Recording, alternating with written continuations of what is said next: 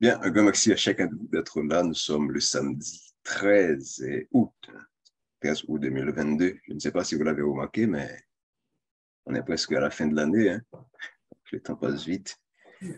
Mais nous sommes très contents d'être là pour cette nouvelle matinée universitaire, ce rendez-vous de la communauté universitaire où nous abordons un ensemble de questions, comme je le dis toujours, et fondamentales pour notre communauté universitaire. Et aujourd'hui, ce sera autour de l'opportunité et des défis, opportunités et défis du numérique pour la formation universitaire. Donc, ça va être un échange très intéressant entre moi-même, Pierre-Michel Jean-Claude, Wista Pradieu, ingénieur pédagogique, ingénieur pédagogique. Tu me corrigeras après, Wista, si je me trompe. Et là, il y a le professeur Deméo Vigenet, recteur de l'Unifocad, qui va nous rejoindre dans quelques instants. Et donc, pour parler de cette thématique très importante, puisque nous sommes en 2022. Bon, 2022, ça peut être dit comme ça, mais nous sommes vraiment à cette période où on passe déjà à l'époque de l'explosion numérique, hein. Je ne sais pas comment on pourrait qualifier cette période caractérisée par l'essor spectaculaire et des outils technologiques. Dans le temps, on disait nouvelles technologies de l'information et de la communication. Ben, on ne dit plus nouvelles puisque ces éléments-là ne sont plus nouvelles. Et pour ceux qui nous concernent, de nos jours, on parle, pas de nos jours, mais depuis quelques temps, on parle surtout de technologies de l'information et de la communication pour l'enseignement, TIS. On ajoute un T au sigle. Donc, ces outils qui offrent d'excellents outils pour, bon, ces dispositifs qui offrent d'excellents outils pour l'innovation pédagogique. Et ce qui fait qu'aujourd'hui, l'éducation au numérique, c'est-à-dire développer les capacités des acteurs, enseignants, étudiants, à utiliser les outils numériques. Donc, l'éducation au numérique et par le numérique devient un enjeu fondamental, puisque ces outils peuvent être à l'origine d'une réelle innovation des pratiques pédagogiques, de la manière dont nous apprenons tout ça. Et bien, bien que ça fait appel à des compétences précises. Donc, c'est juste pour pour faire une mise en contexte du sujet. Mais nous allons voir d'abord les opportunités que l'explosion numérique, ce qu'on appelle aujourd'hui la TIS, et quelles sont les opportunités d'un côté, les atouts que ça représente, mais en même temps, on va voir aussi les défis, puisque la technologie, ça demande des ressources, qui représentent des défis, voilà, si on pourrait le résumer comme ça. Eh bien, on va en parler avec le professeur Deméo, avec Wista Pradieu, Wista que j'ai rencontré à l'Université d'État d'Haïti à l'époque où j'étais consultant en intégration multimédia. C'était ma collaboratrice immédiate et qui fait actuellement une spécialisation. Elle va nous en parler peut-être en technologie éducative, c'est ça, à l'Université Laval. Wista, je ne voudrais pas commettre trop d'erreurs en te présentant. Je te salue et je te laisse faire la suite. Et bonjour Michel, c'est vraiment un plaisir d'être là avec toi et aussi tous les autres invités. En fait, oui, tu as raison, on s'est rencontrés à l'Université d'État d'Haïti, mais on a fréquenté la même faculté dans le temps, mais je suis ton aîné. Mais que tu es plus jeune que moi, ben, ça n'empêche pas que tu sois. La faculté des sciences humaines et sociales. On a eu en fait la formation de base en communication sociale comme toi. Et j'ai fait l'ingénierie pédagogique effectivement il y a 10 ans, mais cette année, l'année dernière, je prends des études en technologie éducative pour me mettre à jour parce que vraiment l'opportunité, les défis aussi sont là, donc mieux nous armer pour faire face aux défis. Donc, c'est pour ça que je suis à l'Université Laval en ce moment en technologie éducative. Donc, je fais une maîtrise. Parfait, donc je ne me suis pas trompé. Non, pas du tout. Parlant de technologie éducative, et là, nous allons parler des opportunités. Bon, avant même d'aborder les questions, ben, ça ne va pas être une conférence ni une sorte de causerie qu'on va avoir. Mieux. Et donc, mais une question très simple, je vais en parler aussi. Le numérique, ce serait quoi? Et j'ai toujours du mal, il y a toujours des étudiants qui me demandent, mais je ne sais pas si ça t'arrive parfois, on utilise un mot quotidiennement, mais on se trouve dans une situation où on se demande, mais finalement, qu'est-ce que ça veut dire? Par exemple, récemment, je me suis trouvé dans une situation où quelqu'un m'a demandé, mais c'est quoi la jeunesse, par exemple? On dit qu'on est jeune, mais c'est quoi? Finalement, je me suis rendu compte, il y a tellement d'éléments. J'utilise ce mot quotidiennement, mais on n'y pense pas toujours. C'est également la même chose pour le numérique. Donc, la technologie numérique pour l'éducation, on parle de quoi précisément? Ben, en fait, parce que quand tu dis vraiment, Michel, donc c'est toujours difficile de définir parce que là aussi, c'est vrai, on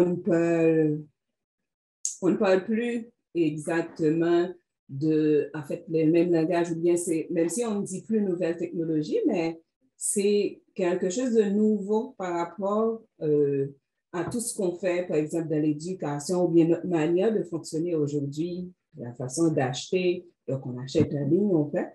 Mais le numérique, c'est vraiment plus à l'opposé par rapport à valeur, qu'on parle de valeur non numérique, comme tu le sais. Mais en plus, quand plus aujourd'hui on parle de technologie, tu vois, donc, parce que c'est toujours des thèmes plus grands. Donc, on parle de la technologie éducative, comme dit. Donc, c'est utiliser tout ce qui est technologie, tout ce qui est informatique et Internet pour faire de l'enseignement. Moi, je le traduis un peu plus facilement, tu vois. Et numérique, c'est par rapport tout à quand on ne fait pas, donc on avait l'enseignement traditionnel, mais là, je reste vraiment très centré sur ce qui est plus éducation. Donc, tu vois, parce que là, on parle de questions universitaires, mais c'est comme des fois, ce qui vient, c'est dire, c'est opposé de ce qu'on fait traditionnellement. Dans le sens, on avait une pédagogie qu'on utilisait, on ne l'utilise plus, mais on utilise d'autres outils. C'est pas lui le tableau noir et la craie, mais on le fait plutôt à l'aide d'un ordinateur, à l'aide de l'Internet. Donc, c'est vraiment, c'est ce qui renvoie, en fait.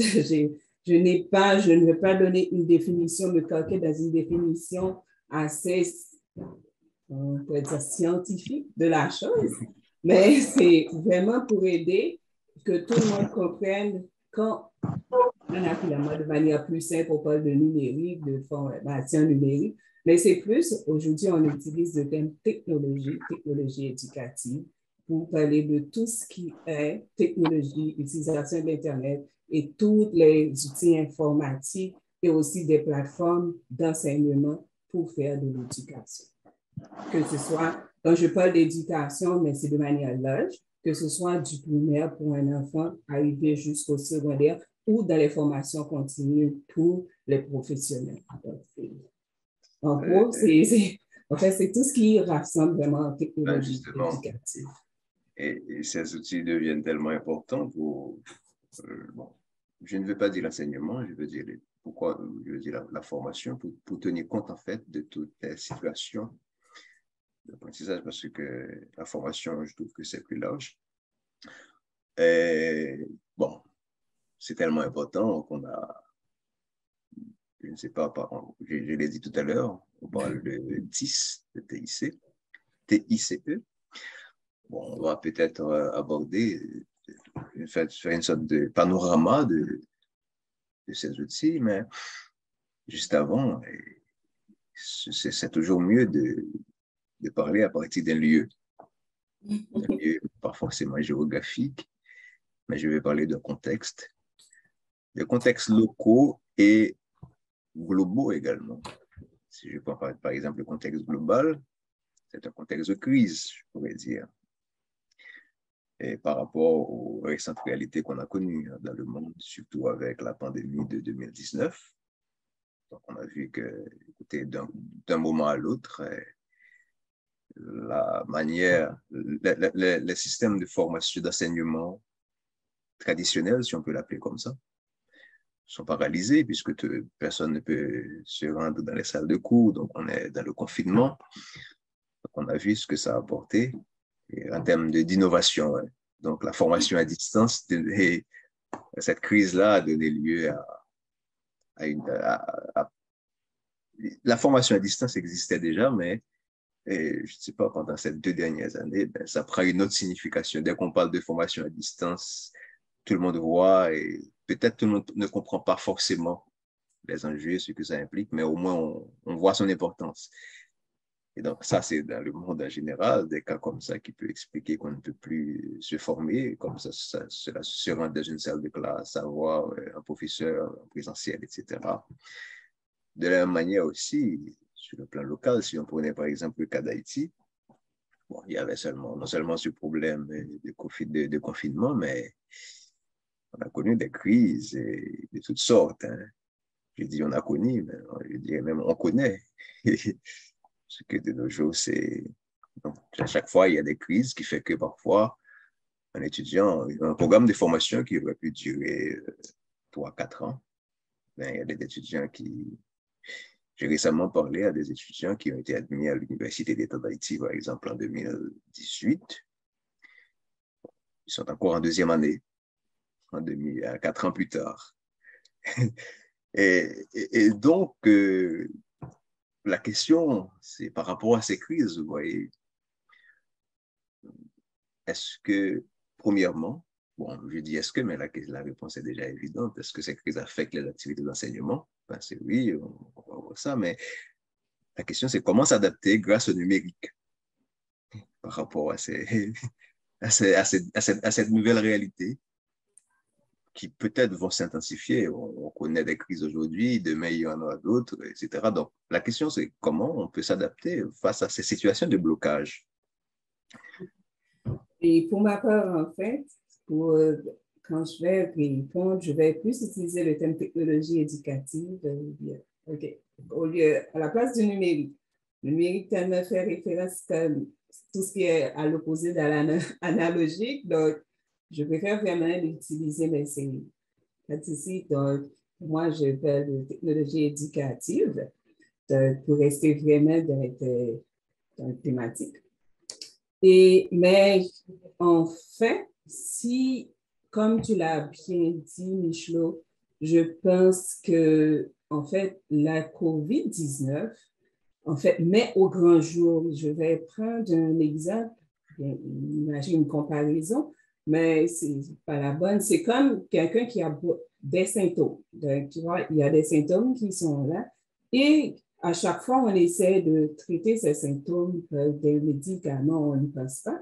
Et c'est quand le cancer est métastasé. Donc, on voit, ah, ouais, c'était un cancer et voilà. Donc, la solution, il faut trouver vite, vite une solution. Dans le sens qu'on faisait face à beaucoup de défis, beaucoup de problèmes dans le temps, que le numérique pourrait aider à résoudre ou bien à pallier à tous ces problèmes. Et la COVID-19 vient encore accentuer les choses 100 fois plus, et sinon beaucoup plus. Donc, pour dire, voilà, il y a des opportunités, il faut aujourd'hui changer les choses.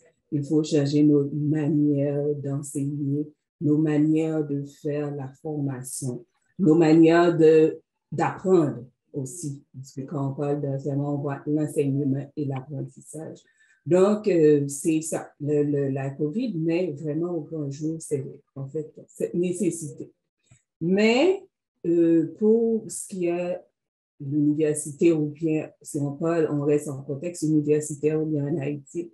Donc, l'Université d'État d'Haïti, c'est pas la COVID qui nous a fait comprendre un petit peu qu'on doit utiliser le numérique. Donc, on l'a essayé peut-être, des personnes qui ne sont pas au courant.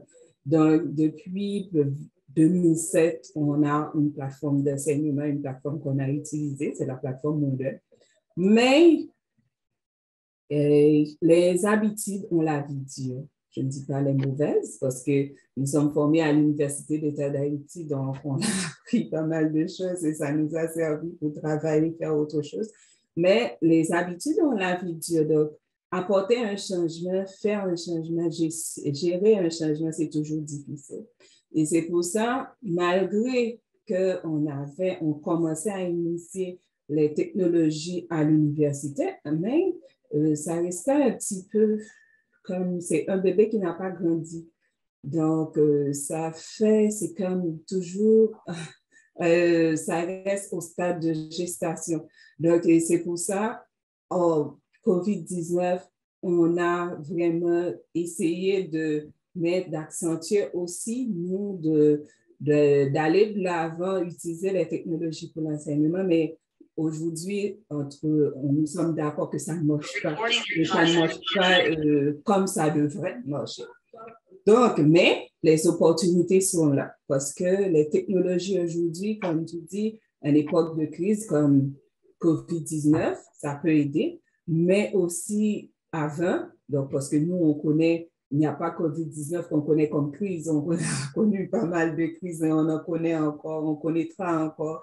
Donc, sans être négatif, bien entendu, mais en fait, la technologie pourrait aider parce que ça donne l'opportunité on n'a pas besoin d'être sur place. Donc, c'est la première chose. On n'a pas besoin d'être sur place pour faire de l'enseignement, pour apprendre. Et la preuve, ce matin, on est là, on n'est pas en même lieu, mais on parle à un public. Donc, on parle de technologie, c'est grâce à la technologie. Donc, ça veut dire, en Haïti, si je fais un petit peu plus local, donc on en a besoin. Les technologies, vraiment, c'est vraiment une opportunité pour nous de changer nos manières d'enseigner, de changer nos manières d'apprendre, mais aussi notre système éducatif qui est très malade. Donc, c'est vraiment une occasion à saisir pour apporter des solutions. Bon, effectivement, et là, j'ai sous les yeux un article de Aïbo Post. Hein. Okay. Et le titre, c'est Finir les études à l'UEH relève d'un parcours du combattant. Okay. Là, on parle de certains étudiants qui, dans un programme de licence qui aurait dû durer 4 ans, ben, qui passe 7, 8 ans, donc parfois une dizaine d'années. Je me souviens avoir été admis à la faculté des sciences humaines en 2006. 2006, c'est bon, c'est pas longtemps, mais c'est pas hier non plus. J'ai été en 2004. Donc, ça aurait dû durer 4 ans. Mais il y a des étudiants de ma même promotion qui n'ont pas encore fini leur cursus académique pour obtenir leur diplôme. Bon, on ne va pas en parler très fort. Hein. Donc, c'est... Bon, naturellement, le problème, ce n'est pas uniquement un problème de ressources. Par exemple, 2019, à partir de 2019, je ne sais pas quand je ne me souviens pas quand précisément la COVID a fait son entrée. Est-ce que c'était en 2019, début 2020 probablement?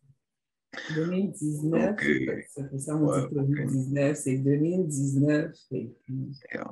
Donc, personne ne pouvait se rendre les salles de cours, mais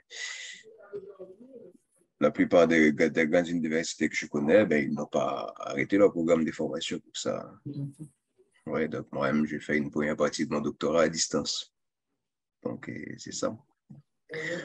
Et donc, c'est pour dire effectivement qu'il y a des personnes il y a des endroits où l'on exploite effectivement ces sites. Et je me souviens c'était quoi? Hein? En Haïti, avant la COVID, on avait une suite de périodes de pays locs.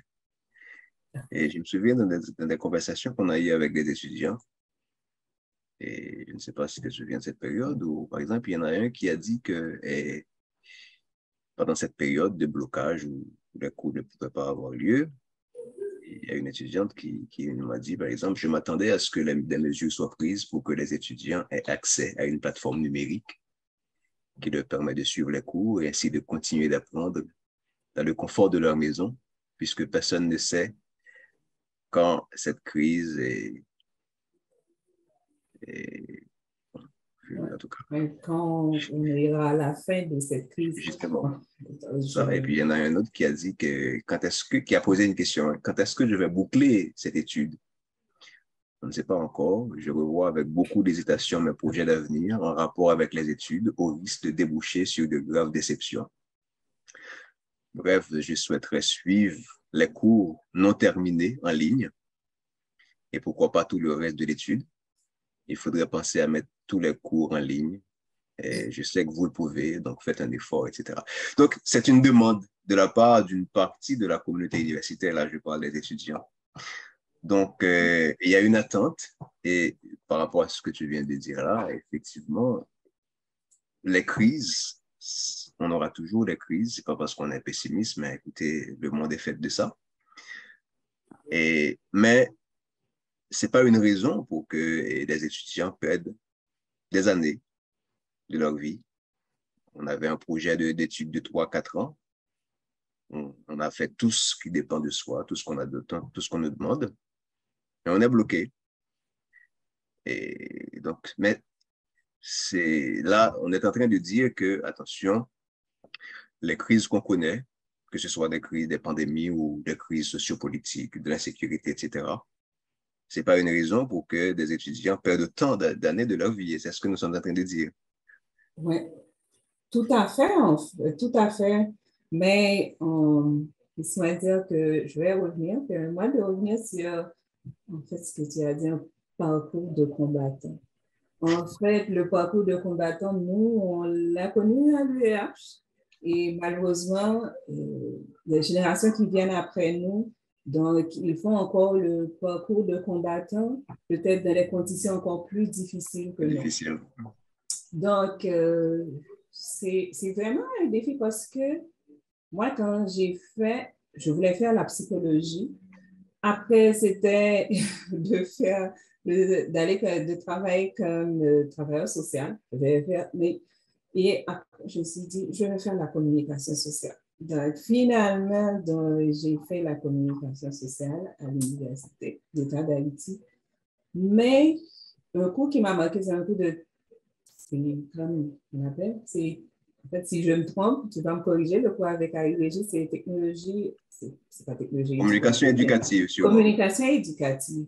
Mais en fait, ça m'a un peu qu'est-ce que ça m'a fait? Ce cours communication éducative, je dis communication éducative, donc ça veut dire l'enseignement peut se faire d'une autre manière. Exactement. Et c'est ce qui m'a poussé même en 2010 avec après le tremblement de terre, donc une autre crise qu'on a connue en Haïti. Et j'ai fait ma formation en ingénierie pédagogique. Donc là encore, on commençait à voir comment on pourrait utiliser, quelle pédagogie on peut mettre en place pour utiliser les technologies. C'est parce qu'il y avait, je sentais le besoin, moi, dans mon parcours de combattant personnel, je sentais l'opportunité ou bien d'ouvrir, de chercher, de creuser pour aider que les autres qui viennent après moi ne subissent pas les mêmes choses. Par exemple, on avait le problème de documentation. Quand on veut écrire, ce n'est pas tout le temps qu'on a les livres à notre porte. Donc, des fois, acheter un livre, c'est difficile, mais le trouver pour l'acheter, c'est encore une casse-tête. Donc, tout ça m'a fait, je dis, mais est-ce qu'il n'y a pas de moyen parce que l'Université de l'État d'Haïti est partenaire de beaucoup d'universités et à l'étranger.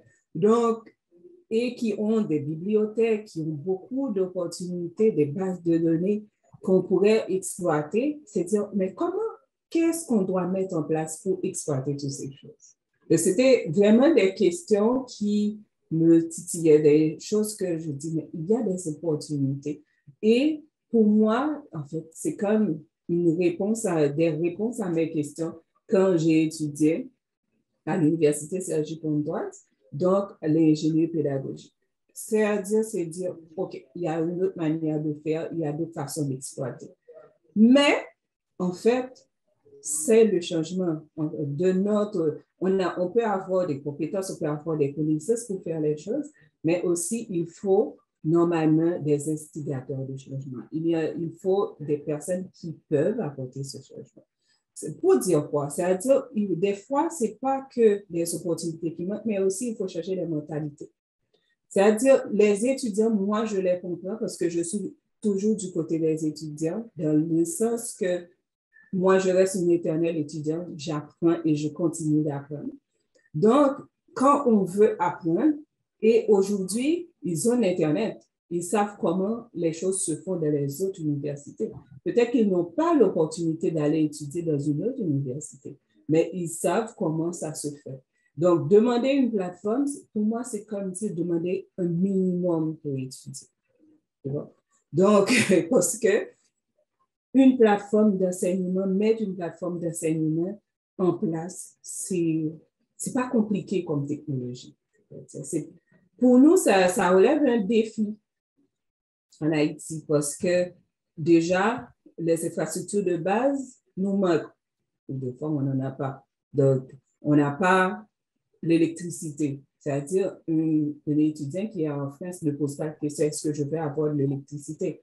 Donc, Bon, et malheureusement, je parle d'un besoin de, c'est comme basique, mais c'est juste pour dire que c'est vrai, demander une plateforme dont on est à l'Université d'État d'Haïti, une plateforme d'enseignement et qui existe déjà. La question que l'étudiant a posée, en fait, les témoignages d'étudiants que tu viens de nous lire, donc, c'est des choses qui existaient, c'est-à-dire là, on pouvait, donc, il pourrait demander autre chose, mais la question d'avoir une plateforme pour avoir tous mes cours, pour suivre tous les cours, c'est basique et ils doivent demander et ils doivent les avoir. Ce n'est pas que demander, mais ils doivent aussi les avoir. Donc, et pardon si je parle avec beaucoup de sentiments parce que je sais que beaucoup d'efforts ont été faits, il y a des choses qui ont été faites, mais qui n'ont pas vraiment été exploitées comme ça devrait être.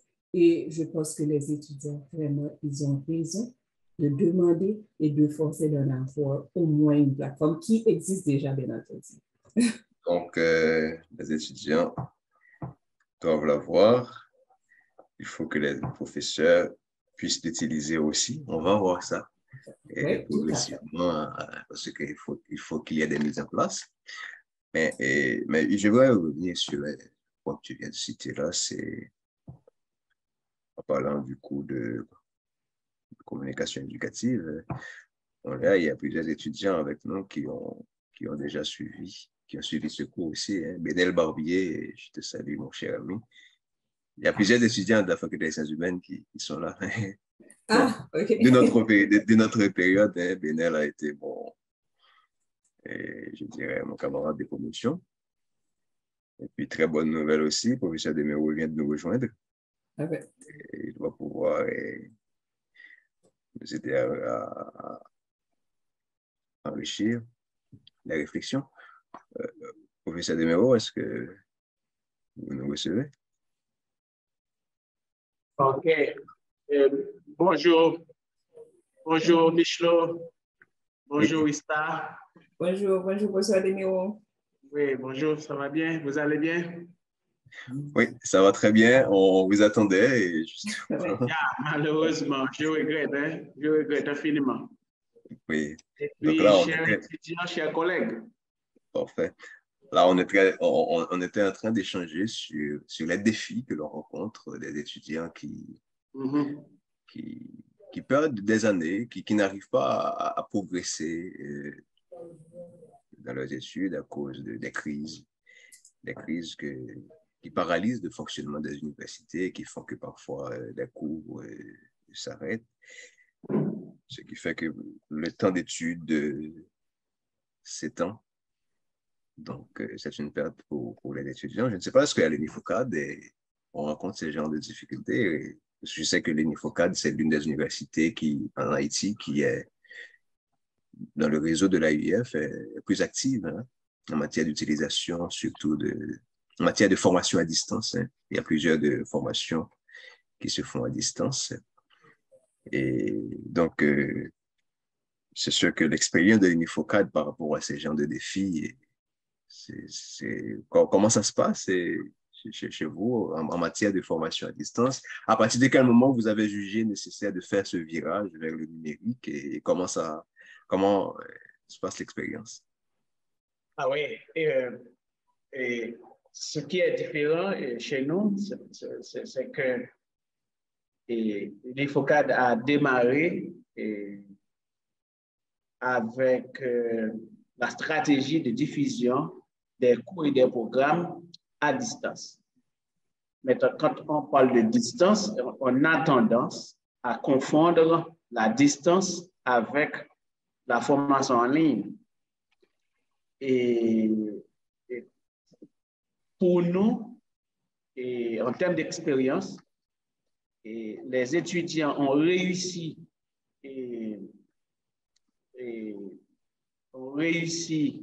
la distance parce que nous avons combiné la distance avec la formation en présence. Ce qui fait que c'est une approche mixte qu'on a utilisée de 2004 à 2013. 2004 à 2013, nous avons utilisé une approche hybride. C'est-à-dire, l'université a conçu et développé les matériels de cours. Les matériels de cours sont rendus disponibles aux étudiants. Donc, ce qui fait que pour chaque cours, il y a une documentation complète, ce qui est différent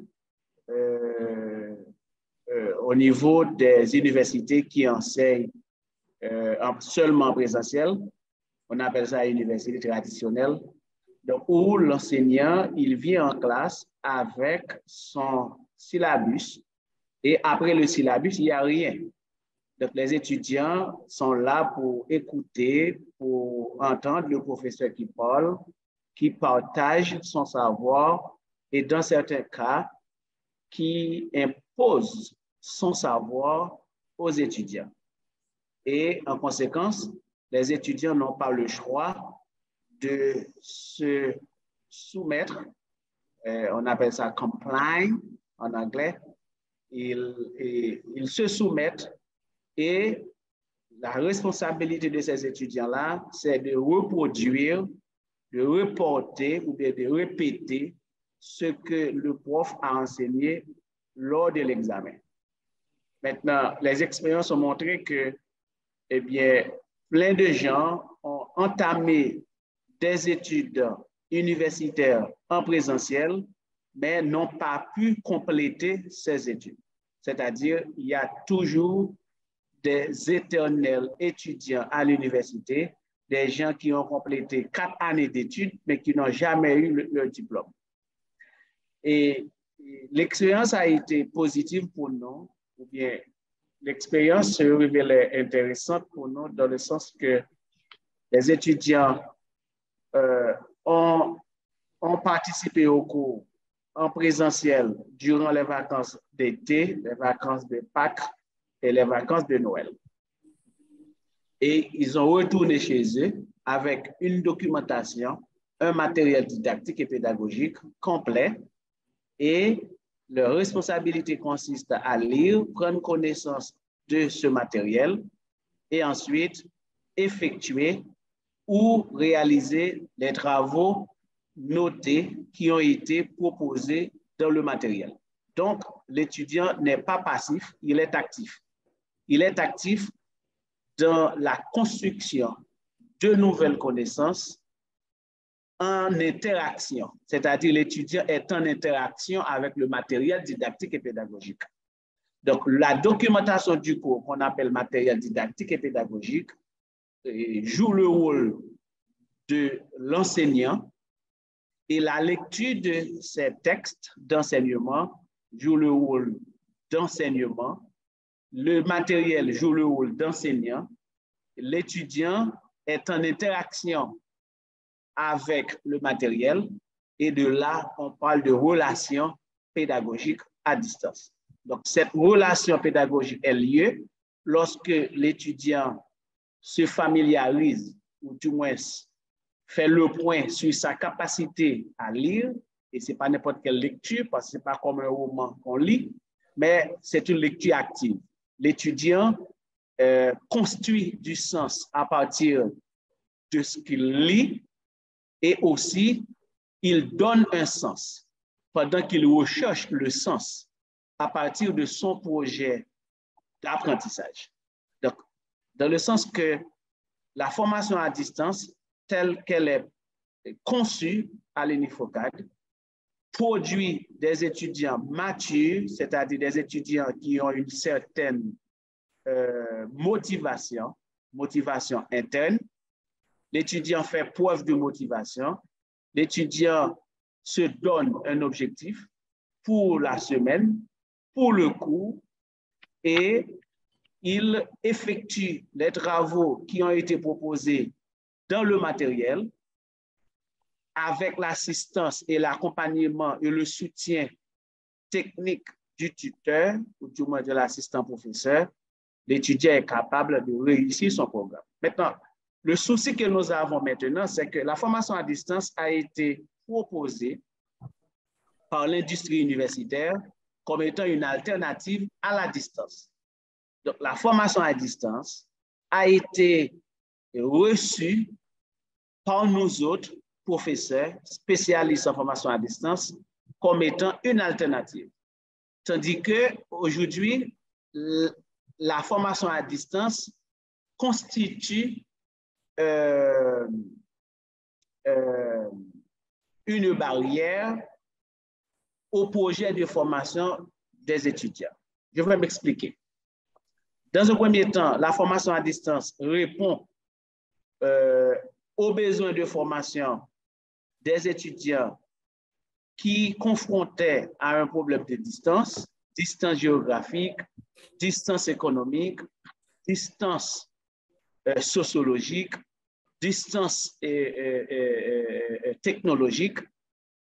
Et maintenant, cette même formation à distance qui a été considérée comme étant un instrument, une stratégie, une alternative, eh bien aujourd'hui, il faut une alternative à cette distance puisque le plus grand et la plus grande barrière que nous avons maintenant dans le cadre de la diffusion de l'information à distance, c'est la distance technologique, essentiellement avec cette question d'Internet. Il y a des étudiants qui ont reçu un lien Zoom qui ne peuvent pas accéder au cours à cause des limitations que les étudiants ou bien que ces étudiants ont avec la technologie. Il y a des étudiants qui sont bons en technologie, qui se connaissent dans le numérique, qui se familiarisent très bien avec le numérique, mais qui ont un problème d'électricité. Et d'autres ont des problèmes d'Internet, de connexion à Internet. Donc, il y a trois niveaux. Il y a le niveau de littératie numérique, d'alphabétisation numérique, c'est un premier niveau, c'est-à-dire les étudiants, pour la plupart, ne se connaissent pas dans le numérique. Et le deuxième niveau, c'est le niveau de connexion à Internet. C'est-à-dire qu'il faut de l'argent pour payer les frais exigés par les compagnies de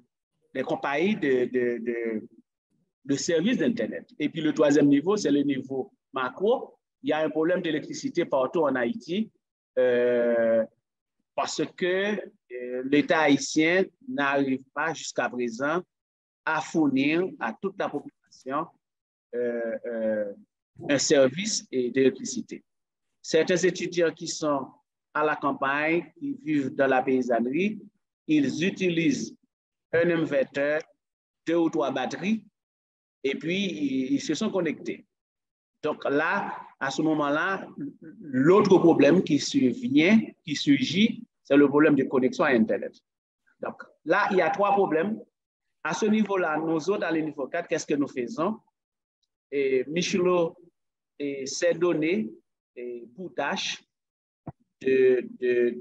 d'alphabétiser les étudiants dans le domaine du numérique, c'est-à-dire aider les étudiants à se familiariser avec le numérique. Ça, c'est le premier niveau, le niveau de littératie, le niveau d'alphabétisation. Et le deuxième niveau qui ne nous concerne pas, qui est une menace, c'est la connexion, c'est l'électricité. Et le troisième niveau, et toujours au niveau macro, le coût de la vie empêche les étudiants d'avoir une bonne connexion à Internet. Lorsqu'ils sont venus à l'Unifocad, ils ont une bonne connexion à Internet, mais lorsqu'ils sont chez eux, ils n'arrivent pas à se connecter. Donc, certains étudiants ont un téléphone intelligent, mais d'autres, c'est le contraire. Donc, aujourd'hui, la formation à distance, le numérique constitue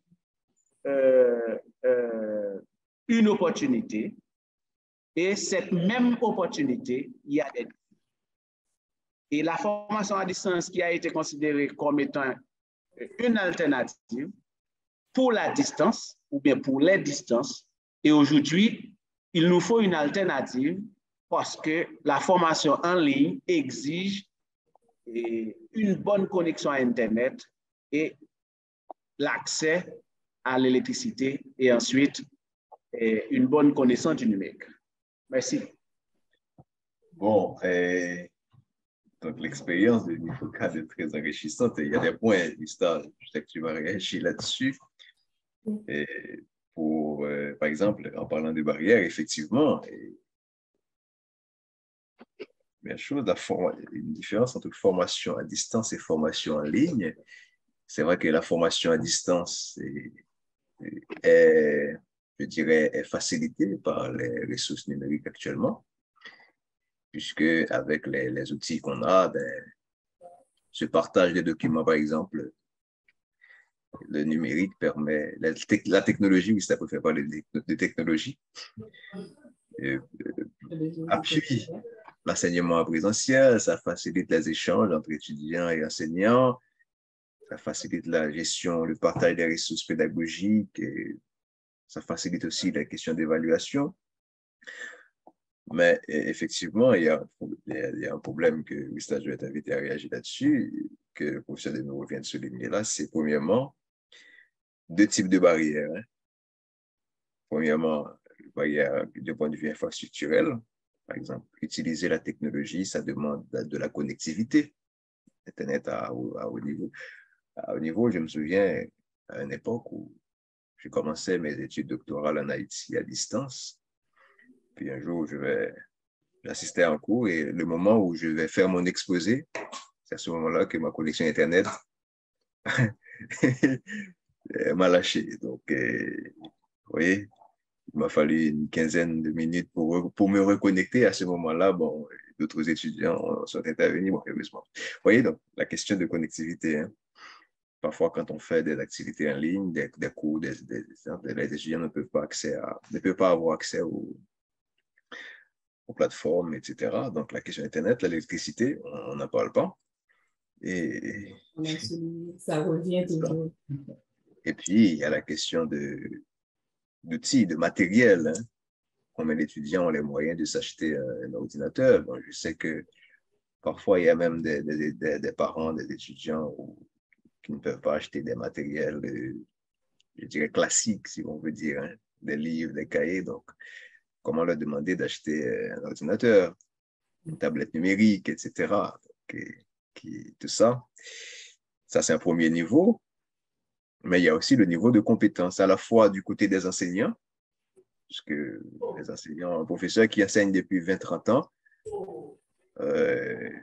qui enseignait, comme on le sait, comme vient de dire au début, avec son cahier, sa voix, et parfois rien d'autre. Donc, comment faire ce virage vers le numérique où ça demande d'autres approches. Et puis, il y a aussi la capacité des étudiants, aussi la question de littératie numérique.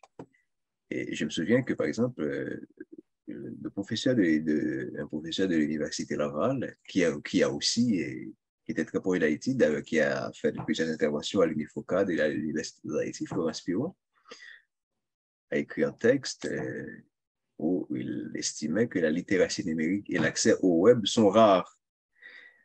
Et il y a un extrait de son article qui qui décrit un peu une situation que moi-même personnellement j'ai connue, parce que je me souviens avoir ouvert un ordinateur pour la première fois de ma vie. J'étais déjà en première année universitaire. J'étais déjà étudiant à l'UEH quand j'ai ouvert un ordinateur pour la première fois.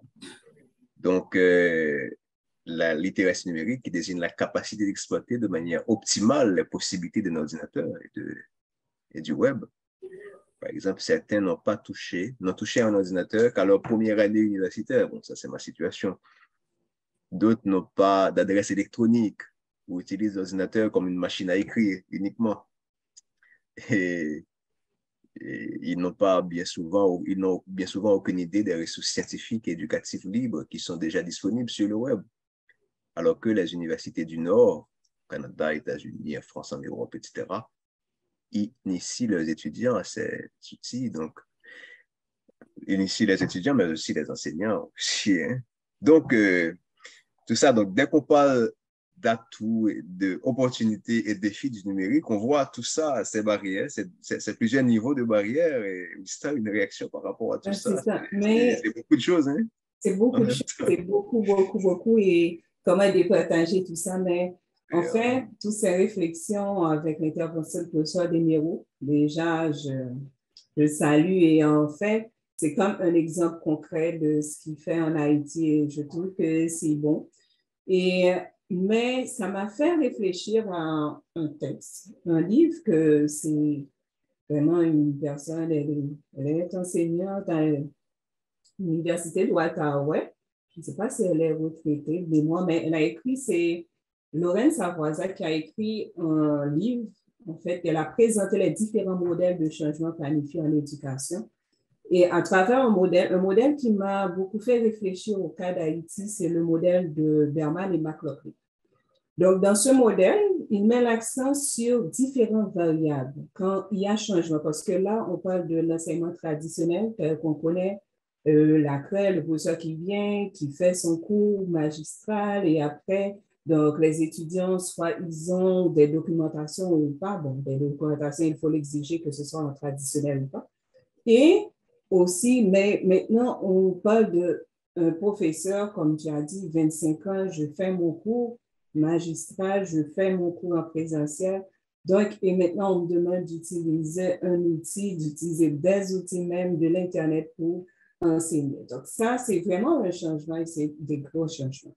Et juste pour accentuer, quand il parle de changement dans le modèle McLaughlin, ils disent qu'il y a des variables qu'on doit prendre en compte. Par exemple, ils disent une variable qui est très importante, c'est les caractéristiques locales. Donc, je ne suis pas en train de dire qu'on doit avoir comme un modèle calqué haïtien dans le sens pour les universités haïtiennes. Je suis en train de dire de prendre en fait, et toutes ces réflexions me disent, ah voilà, c'est important d'avoir des concepteurs pédagogiques ou bien des technopédagogues. Parce que nous, ce qui nous aide à faire réfléchir, donc, de prendre le contexte des caractéristiques locales, je veux dire, quelle communauté que j'ai, quel type d'étudiants que j'ai, quel type de professeurs que j'ai. Donc, et en prenant en compte ces caractéristiques, on va voir quelle technologie on pourrait utiliser qui pourrait aller mieux. Parce que quand on parle de technologie, ça ne veut pas dire tout ce qui fait dans une université doit être calqué directement dans une autre université. On peut l'utiliser à différents modèles, on peut l'utiliser à différents niveaux. Et comme le cas typique avec le professeur Desmireaux, donc une formation hybride. Donc, une formation hybride, on a des cours en présentiel, mais après, on a aussi tout un travail que l'étudiant doit faire, même s'il n'est pas en présentiel ou bien à la maison, et continue d'apprendre donc à faire un apprentissage actif. Mais il y a aussi, dans ce qu'il a parlé, dans ces changements, c'est la nature du changement. Il faut prendre aussi la technologie qu'on va utiliser. Parce que c'est vrai, on parle de l'Internet, on parle d'ordinateur, bon, c'est vrai, les technologies, c'est de base, c'est la basique, il faut les avoir. Mais comment on va utiliser? À quel niveau on va les utiliser? Parce que si on prend le cas d'Haïti, où on a des problèmes, comme je le disais tantôt, et le professeur Desmireaux l'a répété tout à l'heure, Donc, avec une question d'électricité. Donc, on n'a pas d'électricité.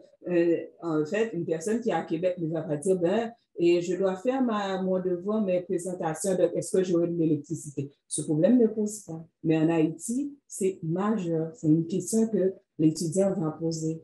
Donc, le coût de l'Internet, encore une fois, bon, on sait, bon, si je ne peux pas à la maison, je peux aller sur le campus, je vais avoir une connexion Internet. Mais on peut arriver à la faculté, dans une faculté, on n'en a pas. On n'a pas d'électricité, on n'a pas de l'Internet non plus. Comment on va faire? Parce que à quel niveau, à quelle fréquence on doit l'utiliser? Donc, il y a des études qui doivent se faire aussi pour le savoir, parce que là, on est dans le champ quand même scientifique. Il faut voir, avec tous ces problèmes, quelle technologie on pourrait mettre en place pour aider les personnes. Et comme tu dis aussi, il y a les formations, parce que quand nous, par exemple, les responsables, je pense que le professeur Desméreaux, lui, en tant que recteur, il réfléchit normalement pour dire, comment je vais faire pour former mes étudiants? Comment je vais faire pour former mes enseignants? Parce que on ne fait pas, là, on parle de l'éducation, on ne parle pas de bricolage, de faire. Donc, on va essayer de faire on va dire rapide. Donc, la fond collé là, pour que ça marche. Donc, là, on veut vraiment mettre en place une pédagogie qui marche. Et c'est ça, en fait, qu'il faut prendre en compte aussi. Mais des fois, il faut prendre en compte, quand on parle des enseignants, quel genre d'enseignants que j'ai? Est-ce que ce sont des enseignants qui sont ouverts à la technologie? Là, je ne vais pas toucher le point de l'âge. Il y en a qui sont, parce que des fois, c'est l'esprit. Est-ce que c'est quelqu'un qui est ouvert d'esprit d'apprendre, de faire autrement? Donc, et là, il faut communiquer aussi, parce qu'on sait que tout le monde ne va pas s'embarquer en même temps. Donc, il faut communiquer les choses dans le changement, il faut communiquer, dire voilà ce que c'est et former les personnes. Donc, je mets encore, parce que quand on est formé, on est informé. On a moins peur d'avancer. Il y a des professeurs qui ne veulent pas avancer parce qu'ils ne comprennent pas. Je vais m'embarquer dans quoi? Donc, moi, c'est en fait, à l'Université de l'État d'Haïti, j'ai trouvé pas mal ces questions. C'est quoi cette affaire? On ne nomme même pas. On parle d'une plateforme d'enseignement. Et c'est quoi cette affaire? C'est quoi cette chose? Donc, pour lui, c'est une chose. Déjà, on doit l'informer. Quand on fait une formation, on informe aussi. Voilà ce que c'est. C'est une plateforme. Vous pouvez faire un enseignement en présentiel. Vous pouvez faire un enseignement à distance. Donc, moi aussi, le thème distance, il faut bien le définir. Donc, vous pouvez ne pas être directement en place, mais communiquer avec vos étudiants. On peut faire une formation totalement asynchrone. Asynchrone, c'est quoi? Donc, c'est en différé, de manière plus simple. C'est-à-dire, vous mettez toute votre formation, tous les documents, les objectifs pédagogiques, là, je cite, mais je ne suis pas en train de faire un cours, et vous dites, voilà, ça c'est asynchrone, c'est-à-dire, vous allez chez vous et vous avez des objectifs à atteindre, et ces objectifs à atteindre, vous avez une date limite pour remettre un devoir, pour passer un examen. Donc, il y a tout mis en place. Mais quand même, c'est-à-dire, c'est dire à l'enseignant, on ne peut pas juste demander, exiger à un enseignant d'utiliser la technologie pour faire de la formation en ligne. On ne peut pas. Non.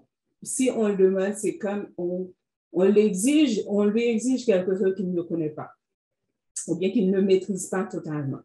Parce que c'est un changement et c'est nouveau pour lui. Donc, on a besoin de la formation. Et jamais, même si je reviens à l'Université d'État d'Haïti, je ne sais pas, je crois que je vais faire, mais en fait, j'allais encore prêcher et redire encore, former les enseignants, s'il vous plaît, parce que c'est important. Les former pour qu'ils savent quelle pédagogie ils doivent utiliser, les former pour qu'ils savent comment les utiliser pour faire de l'enseignement, pour aider les étudiants à apprendre mieux. Donc, moi, à chaque fois, je ne dis pas que les technologies, on voit ce qu'il fait ailleurs, mais on connaît ce qu'il fait ailleurs. On connaît dans les universités, non, oui, c'est bien fait. Et encore, ils travaillent pour faire mieux. Et parce que moi, en fait, à l'Université Laval, ils se remettent tout le temps en question et disent, on veut faire mieux, on va faire mieux, on cherche, il y a des recherches qui sont faites. Mais en Haïti, oui, on doit le faire aussi parce que nous, on doit adapter. On doit voir qu'est-ce qui marche, mais aussi comment nous, on peut l'adapter à nous. Comment on peut, voilà, quels défis nous, parce qu'on a des défis qui sont différents des défis des autres.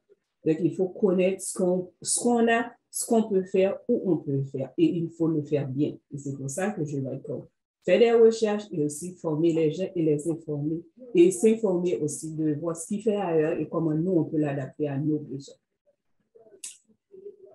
Et là, je me souviens d'une intervention de la rectrice d'une université, je crois que c'est l'Université Laval, et pendant la période de COVID-19, informe avoir organisé 70 formations en technopédagogie pour équiper les enseignants pour la nouvelle réalité à laquelle ils devaient faire face.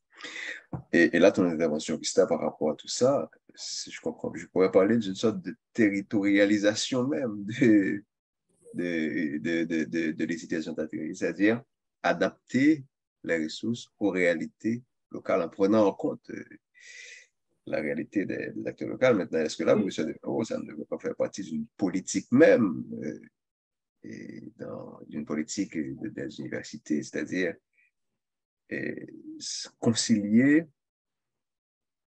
la formation comme ça se faisait de manière traditionnelle, la formation à distance et l'apport du numérique, et en même temps, pour prendre en compte aussi ces défis, problèmes de connectivité, d'électricité, de matériel, de formation, tout ça.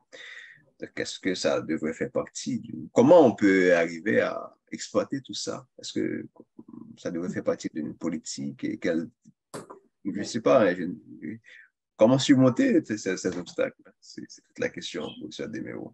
Oui.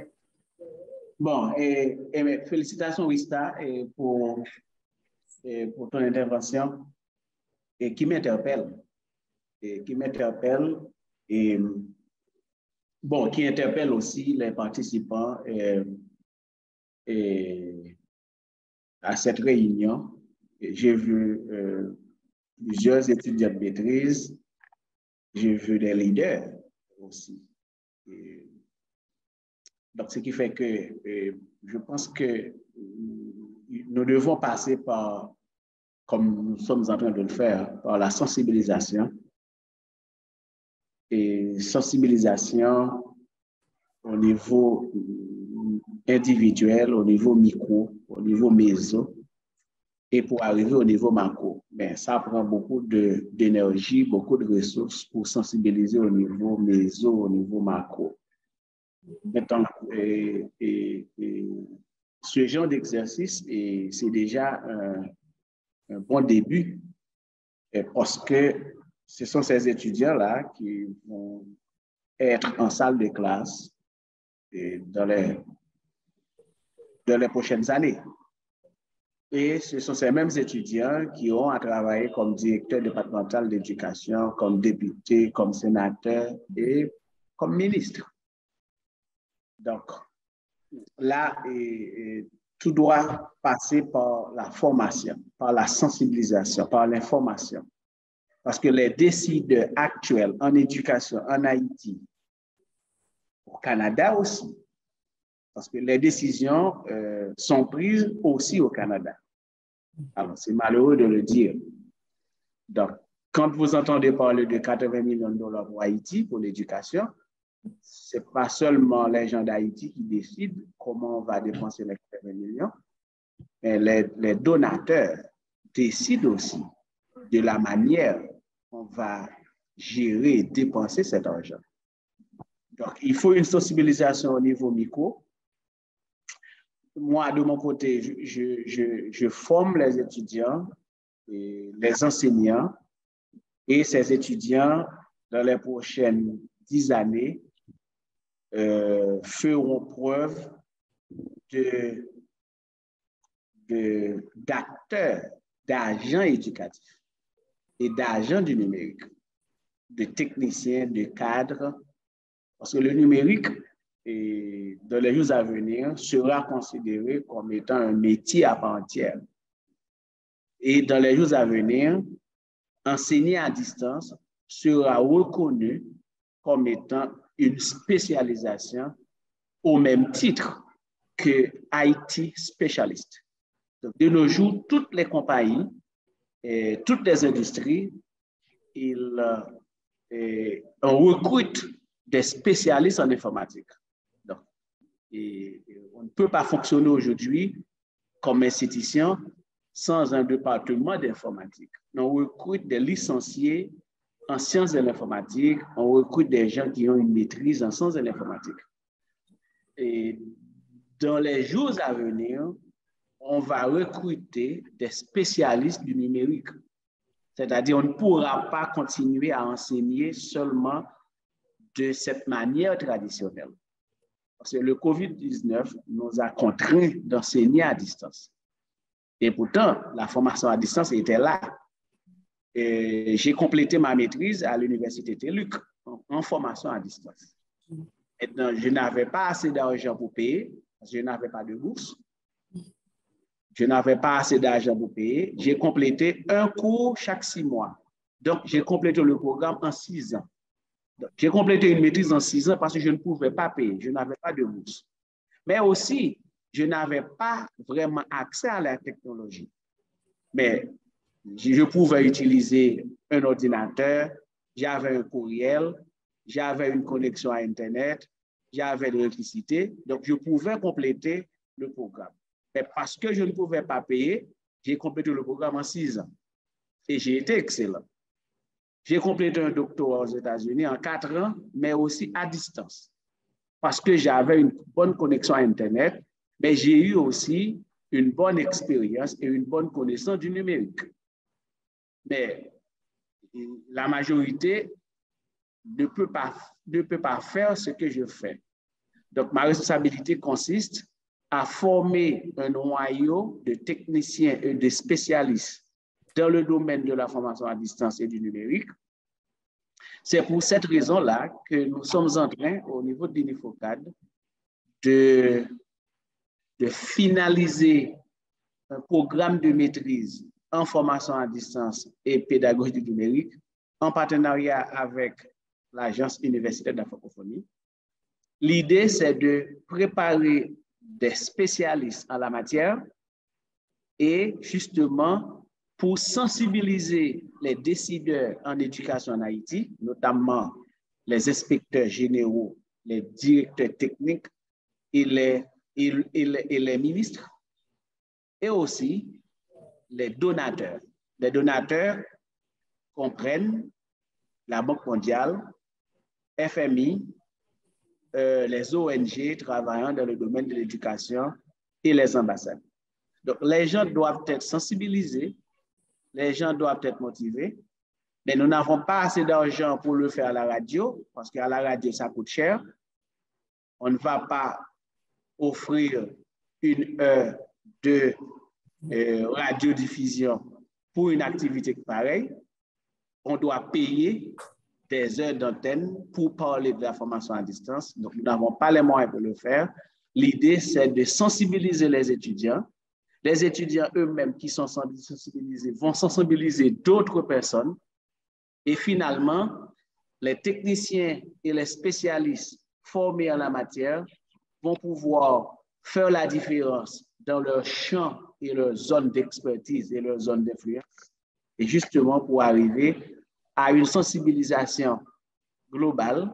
Et c'est à ce moment-là que les ONG, que les responsables de l'État haïtien vont budgétiser pour mettre en place un dispositif facilitant cette révolution au niveau de l'éducation.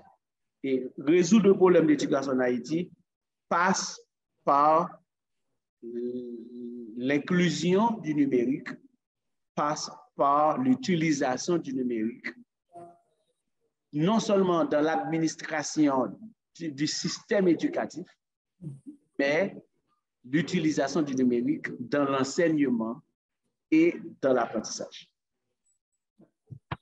Parfait.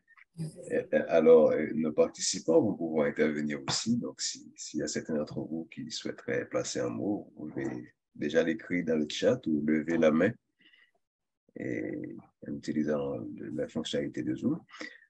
Et justement, donc par rapport à tout ça, et ce numéro, Wista, il y a des aspects très techniques qu'on pourrait aborder. Il y a les outils qu'on peut utiliser, qui sont disponibles, qu'on peut utiliser. Je sais que, par exemple, l'Unifocad utilise une plateforme de formation à distance de l'AIF et d'autres plateformes de visioconférence et autres. Mais tout ça pour parler d'une question très technique, Wista, c'est par exemple la question de mode d'enseignement présentiel, et, disons, à distance. Et, on s'appelle ça de bimodal, je crois, modal. Et bon, je ne vais pas commettre d'erreur, tu vas nous en parler. Et tu as aussi noté la notion de synchrone, asynchrone. Peut-être que pour certains, ça peut paraître un peu pas clair. Hein, de quoi on parle en parlant de mode d'enseignement et puis la question de synchrone, asynchrone. On parle de quoi précisément? Okay. Ouais, je vais répondre un peu plus simple parce que c'est vrai, tu te souviens, c'est une question que je t'ai demandé, c'est quel public qu'on a. Donc, est-ce qu'on va utiliser des thèmes purement le jargon du métier ou autre? Mais avant, je voudrais juste remercier le professeur Pino pour son intervention et dire aussi donc tous les changements et puis qu'il se sent interpellé en tant que recteur. Et pour ça, Léméo, donc, en fait, tes exemples sont concrets. Permettez-moi de vous tutoyer. Et les exemples sont concrets. Et parce que je trouve, moi aussi, j'ai fait une formation, ma première maîtrise, je l'ai faite totalement à distance, mais en fait, c'était très régulier. Je ne pouvais pas le faire en 6 ans. Malheureusement, je devais le faire vraiment bouclé en 2 ans parce que c'était avec les universités françaises, c'est Master 1, Master 2, donc j'ai vraiment une année pour boucler. Donc, mais en fait, nos exemples, en fait, nos expériences, moi, et tu avais de l'argent pour payer aussi. Oui, je devais payer. Je devais payer, mais j'ai bénéficié d'une bourse à UF parce que c'est juste après le tremblement de terre. Donc, ils offraient des bourses. Moi, je ne voulais pas me déplacer pour aller étudier en France pour bien des raisons personnelles. Une parenthèse, Wista, tu vas continuer sur cette lancée, mais pour dire qu'il y a une formation similaire à ce que tu as suivi cette formation mise en place par le réseau de l'AIF, qui est en train d'être implantée aussi à l'Unifocad. Peut-être que le professeur Desméo l'a évoqué il y a un instant, mais il peut peut-être en parler à nouveau. Donc, bon, ça concerne aussi le sujet d'aujourd'hui. C'est une formation diplômante en formation à distance, une maîtrise. Et bon, on va en parler. Donc, je voulais juste faire cette parenthèse pour dire que ce type de formation que tu as suivi totalement à distance, ingénierie pédagogique. Moi aussi, j'en ai fait une maîtrise totalement à distance en communication marketing et totalement à distance. Donc, on a des expériences un peu communes par rapport à ça. Donc, oui, je peux continuer. Je voulais juste faire cette parenthèse. Justement, mais en fait, moi aussi, j'ai fait cette parenthèse parce que, en fait, Michela, tu me connais un peu. Je suis quelqu'un qui n'aime pas trop parler de moi, mais quand c'est important de souligner des exemples d'expérience, en fait, je peux prendre un exemple parce que je l'ai vécu. OK? Mais c'est juste pour dire aux personnes qui nous écoutent, c'est que la technologie offre une flexibilité. Par exemple, dans le cas de professeur Desméo, il a suivi une formation de qualité parce que là, on parle tout le temps, on a parlé des techniques, on a parlé des infrastructures de base, mais on n'a pas parlé de qualité. Avec Télu, je sais, c'est une formation de qualité. Vous savez, une formation de qualité, la qualité de l'enseignement en 6 ans. Et ça n'a rien changé que moi, par exemple, qui a fait un parcours dans 2 ans. Donc, c'est juste pour dire que la technologie offre tellement de flexibilité, tellement d'opportunités qu'on pourrait l'utiliser à différents niveaux, à différentes échelles et aussi l'adapter à nos besoins. Les besoins ne sont pas les mêmes. Et c'est pour ça, par exemple, même dans une université, prenons le cas, par exemple, l'Université Laval, on réfléchit beaucoup plus à comment utiliser la technologie pour quelqu'un qui vient de l'école secondaire, qu'on pourrait dire. C'est-à-dire quelqu'un qui vient de terminer en fait, boucler ses études scolaires et c'est-à-dire qui entre au cégep, donc c'est un système typiquement québécois, donc pour entrer au cégep et puis qui va à l'université. C'est pas la même approche parce que quand on a 16, 17 ans, 18 ans, 20 ans, on vient d'entrer à l'université. Donc, on ne peut pas étudier comme quelqu'un qui a déjà fait une licence, qui a bouclé une licence, qui va faire une maîtrise, qui est déjà un professionnel, par exemple. Donc, c'est différent, c'est-à-dire à chaque fois, même au sein d'une même université, on réfléchit à chaque fois, tout dépend de ce qu'on veut faire. Et bref, je voulais juste faire cette parenthèse pour dire, quand je dis il faut connaître les besoins locaux, il faut les adapter, les technologies, ce n'est pas pour dire faire quelque chose made in Haiti, c'est-à-dire juste fabriqué pour Haïti, mais comme des fois, quand on le dit, on le prend de manière péjorative, c'est comme Haïti, c'est différent. Non, c'est juste pour dire que les technologies, on peut les utiliser à différents niveaux, tout dépend de nos besoins, tout dépend de la situation locale. Et donc, pour répondre à la question de synchrone à synchrone, bimodal, en fait, je vais juste essayer d'expliquer plus simplement. Par exemple, quand on peut faire, on dit une formation totalement à distance, une formation en asynchrone. Asynchrone signifie juste différé, un différé. C'est comme c'est-à-dire toutes les formations sont sur une plateforme et cette formation, je vais suivre à mon rythme.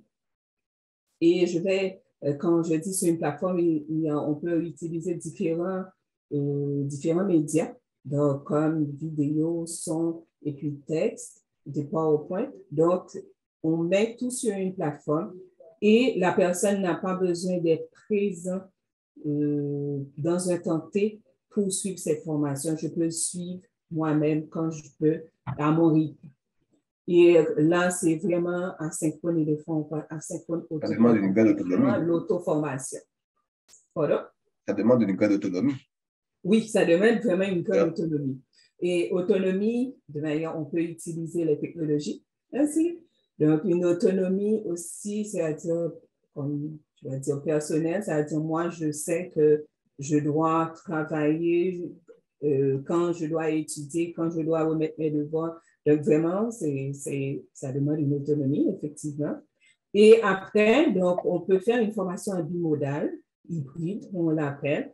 Donc, c'est-à-dire, on a ces formations sur une plateforme en asynchrone, mais il y a des regroupements qui peuvent se faire en présentiel. Donc, c'est-à-dire, on est sur le même lieu physique, mais aussi on peut faire des regroupements comme on le fait à travers Zoom, à travers Teams, à travers Meet, et peut-être d'autres technologies qui permettent de faire en direct. D'accord? Donc, là, on est dans hybride un petit peu. Et après, donc, c'est ça. Je pense que j'ai expliqué asynchrone et synchrone parce que j'ai évoqué les termes. Asynchrone, gardez à l'esprit que c'est indifféré. Donc, je le fais à mon rythme et après. Et synchrone, c'est indirect. Donc, comme on le fait ici, on peut avoir une classe à travers Zoom, à travers Teams, à travers Meet. Donc, on communique, on voit l'enseignement. Est-ce qu'il y a d'autres termes que j'ai utilisés que je devrais expliquer? Bon, je pense que c'est bon. Moi, si j'ai compris, donc, premièrement, en parlant il y a la formation, l'utilisation de la technologie pour l'enseignement, ça peut se faire de manière synchrone ou asynchrone. De manière synchrone, c'est-à-dire, c'est comme par exemple quand on se rencontre à un moment précis. Donc, je sais que chaque mardi à une heure précise, 16 heures par exemple, donc tout le monde se rencontre. Maintenant, cette rencontre peut se faire soit en présentiel ou en ligne. Donc, ça peut être dans une salle de classe, de manière physique, mais ça peut être aussi à distance, par exemple via Zoom, et Teams ou n'importe quelle plateforme de visioconférence. Donc, ça s'appelle synchrone. Donc, quand tout, à la fois enseignant et étudiant ou apprenant se rencontrent à une heure précise, donc c'est synchrone. Mais ça peut se faire aussi de manière asynchrone, dans la mesure où, écoutez, le cours est disponible. Quand je dis le cours, c'est-à-dire les textes, les exposés, le professeur peut enregistrer son exposé ou bien il peut mettre tout l'ensemble des ressources disponibles Là, je vois les textes, les vidéos, l'image, partout, etc. La présentation PowerPoint. Donc, il le dépose sur une plateforme, comme la plateforme Moodle, par exemple, qu'utilisait l'UR dans le temps, qu'utilise activement l'Unifocad actuellement. Donc, l'étudiant le consulte suivant son horaire. Par exemple, il y en a qui n'ont pas d'électricité au même moment. Donc, quand vous avez accès à Internet, quand vous avez de l'électricité, bien, vous le consultez en fonction de votre rythme. Tout simplement, vous savez qu'il y a des objectifs à atteindre, il y a des échéances à respecter, il y a des travaux à remettre à un moment précis. Donc, vous vous organisez, mais ce n'est pas le professeur ou l'université qui vous impose quand est-ce que vous devez étudier, à quel moment précis, mais c'est vous en fonction de votre rythme. Mais C'est oui, ce qu'on appelle un peu la synchrone. OK. Permettez-moi juste de souligner aussi, Michel, il y a des outils, par exemple, c'est juste pour expliquer encore synchrone à asynchrone. Par exemple, il y a un outil, si j'utilise un forum, le forum donne la possibilité de faire un synchrone. Mais si j'utilise, par exemple, le chat, c'est synchrone. Donc, c'est juste avec les choses que je pense que notre public est plus habitué de voir, c'est-à-dire, on fait le mélange, on voit quand on peut utiliser un forum, quand on peut utiliser la vidéoconférence. Et tout ça, on le fait, là, ce n'est pas l'étudiant qui va le faire, c'est l'enseignant, on parle de scénario pédagogique. Donc, on fait un scénario et ce scénario va permettre à l'étudiant de suivre sa formation de manière plus flexible à son rythme. Et il faut mettre en place un scénario et c'est là la place qu'on accompagne l'enseignant. Des fois, les technopédagogues accompagnent l'enseignant à savoir quel outil que j'ai utilisé, quel est mon public et quel scénario on va mettre en place. Bon, le thème scénario, ça peut faire peur, hein, surtout pour les enseignants qui, par exemple, ben, en fait, les scénarios... improvisent parfois. Hein. Voilà. Quand on parle de scénario, c'est contraire à l'improvisation. Parce que c'est comme dire, attention, avant même de commencer votre cours, il faut prévoir tout. Hein. Ah oui? Les contenus qui seront utilisés, qu'est-ce qu'il va y avoir comme activité, travaux, etc. C'est quoi le chronogramme d'activité, etc. Donc, tout est prévu. C'est ça l'idée des scénarios. On comprend que dans le cas d'un professeur, par exemple, quelqu'un qui va juste faire son cours, ben, écoutez, il ne peut pas rien, donc il sait ce qu'il va faire en arrivant dans la salle de classe. Et là, c'est très... c'est contraire. Donc l'idée de scénario, c'est très différent de ce genre de pratique. Hein. Mais oui, on parle d'une de révolution. Hein. Je ne sais pas pour ce numéro. Non, mais tout à fait. Je vais juste laisser la parole à professeur Desméaux, mais c'est juste pour souligner. Donc, parce que là, c'est pour ça, tout à l'heure, je parlais de ne faire pas de bricolage non plus, parce que c'est pas comme on va faire, excusez-moi, j'ai aucun problème avec le rap, le freestyle. Donc, c'est pas comme, c'est vraiment, il faut mettre en place, c'est pour ça qu'on parle de formation, que le professeur Desméaux va être d'accord avec moi. C'est pour ça qu'on parle de formation, c'est pour aider le professeur normalement à travailler sur son cours, à travailler sa pédagogie, à travailler son scénario pédagogique. Parce que normalement, ce n'est pas improvisé et ça touche aussi à la qualité de l'enseignement, justement. Je vous laisse la parole, professeur. Ouais. Les enseignants qui sont paresseux, alors je ne devrais pas utiliser le terme paresseux, on dit les enseignants traditionnels ont du mal à accepter et à s'embarquer dans la formation à distance. Parce que la logique de la formation à distance exige une certaine discipline, sens de responsabilité, une certaine proactivité, c'est-à-dire l'enseignant doit préparer son matériel, il doit de temps en temps se questionner, c'est-à-dire questionner le contenu de son enseignement, il doit être à jour avec son enseignement. Donc, et vous savez qu'en Haïti, nous sommes très en retard par rapport à la qualité du contenu que nous enseignons. Donc, ce qui fait que le contenu que nous enseignons en Haïti n'est pas à jour. Et comme Michel vient de dire, les gens, ils arrivent en classe et puis c'est lorsqu'ils sont arrivés en classe, ils savent de quoi ils vont parler mais ils avaient un syllabus, ils avaient un plan de cours, mais il n'y a pas effectivement, de manière convenable, de manière planifiée, ils n'avaient pas conçu, développé et élaboré des scénarios d'enseignement-apprentissage. Tandis qu'en formation à distance, eh bien, la technologie éducative ou bien les technopédagogues ne vont pas accepter quelqu'un qui veut improviser en salle de classe. On n'improvise pas en formation à distance. Tout est planifié. Alors, je voulais dire que par rapport à ce que Wista vient d'expliquer, synchrone, mode synchrone et asynchrone, nous autres, à l'UNIFOCAD, nous utilisons une approche mixte, un modèle mixte, c'est-à-dire nous sommes beaucoup plus dans la co-modalité, dans le sens que nous avons une plateforme numérique où les cours sont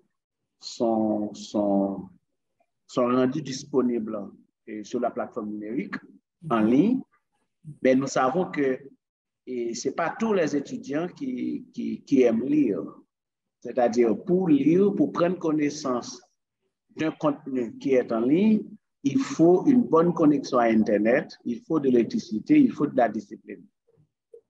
Et donc, ce qui fait que nous avons ajouté à cela des cours sur le Zoom. Nous avons utilisé Google Meet, Google Classroom, Zoom et Teams, justement pour compléter la formation, ou du moins le dispositif qui est en ligne.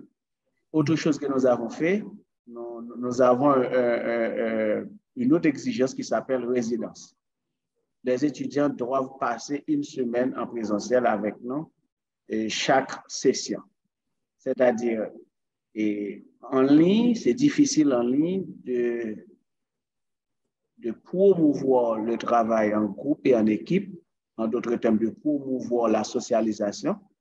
Dans un pays comme Haïti, il faut encourager le travail en groupe, il faut encourager le travail collaboratif et coopératif. Donc, ce qui fait que nous demandons aux étudiants de venir une fois, une semaine par semestre pour venir se familiariser avec les autres étudiants et ensuite avec les profs. En ce qui a trait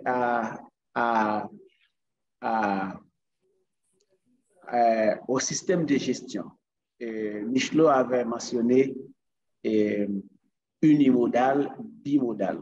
Effectivement, ça concerne la gestion de l'enseignement supérieur. Donc, il y a des universités qui se donnent entièrement à la formation à distance, telle que l'université TELUC. Donc, ça, c'est unimodalité. Mais il y a des universités qui diffusent des cours non seulement à distance, mais aussi en présentiel. C'est le cas de l'Université du Québec à Montréal. C'est le cas de l'Université de Sherbrooke. Donc, il y a un département qui s'occupe de la formation à distance et il y a un département qui s'occupe de la formation en présentiel. Maintenant, dans une université comme l'UNIFOCAD, notre approche, c'est une approche bimodale, c'est-à-dire nous avons un système de gestion qui favorise, qui tient compte de la formation à distance, c'est-à-dire des cours et des programmes qui sont dispensés entièrement à distance, en mode asynchrone et en mode synchrone, et un système de gestion des gestionnaires, des employés et une structure qui s'occupe tout simplement de la formation en présentiel. Et là, à ce moment-là, on parle de bimodalité. Et tout comme il y a des universités qui n'enseignent que, ou du moins qui n'utilisent que la formation en présentiel, c'est-à-dire qui font tout simplement la formation, eh bien, on appelle ça une université de type traditionnel. Là encore, c'est une modalité. Mais il y a une approche mixte, c'est-à-dire on peut parler de regroupement. On peut parler de regroupement, c'est-à-dire plusieurs universités qui se mettent ensemble pour pour diffuser des cours en ligne et à distance, tout comme il y a des universités qui n'ont pas une structure administrative, soit pour les cours en ligne, soit pour les cours en présentiel, mais des universités qui donnent des cours à distance, mais il n'y a pas une structure qui s'occupe de la formation à distance. Donc, on ne peut pas parler de unimodalité ou de bimodalité, on dit tout simplement une approche mixte. Donc, chez nous, c'est mixte et c'est mixte parce que nous avons des cours qui se donnent en mode asynchrone. Par exemple, nous avons des cours qui s'appellent CBT, c'est-à-dire Computer Basic Training. L'étudiant a un mot de passe. Il est entré sur la plateforme et puis il complète le cours sans l'intervention directe d'un professeur ou d'un tuteur. Donc, la relation que l'étudiant entretient, c'est avec l'ordinateur, c'est avec la connaissance via le dispositif technologique. Donc, il n'y a pas un professeur qui intervient. Tandis qu'au niveau de la plateforme numérique, il y a un tuteur ou un professeur qui intervient sur la plateforme. Il y a un échange entre étudiants, il y a un échange étudiant-professeur et il y a un échange entre professeur et professeur. Donc, tout ça crée un environnement d'apprentissage informatisé. Et puis, on parle aussi de relations pédagogiques, ou du moins relations éducatives sur l'environnement d'apprentissage informatisé. Alors, ce qu'on encourage au niveau de l'environnement d'apprentissage informatisé, c'est l'interaction, c'est la participation des étudiants. C'est-à-dire, le technopédagogue, il fait la conception de l'environnement d'apprentissage informatisé, de concert avec le professeur chargé du cours, on appelle ça le concepteur du cours, et ensuite, il y a le spécialiste en éducation, en sciences de l'éducation, qui prend le contenu du professeur. Il travaille avec le technopédagogue pour illustrer le cours sur la plateforme, du moins c'est l'environnement d'apprentissage informatisé, et ensuite, on demande aux étudiants d'apporter leur contribution dans le développement de l'environnement, ou du moins dans la construction de l'environnement d'apprentissage. Autre chose qu'on fait, on peut concevoir un cours sans syllabus. On demande aux étudiants d'élaborer le syllabus. Donc, on appelle ça apprentissage coopératif.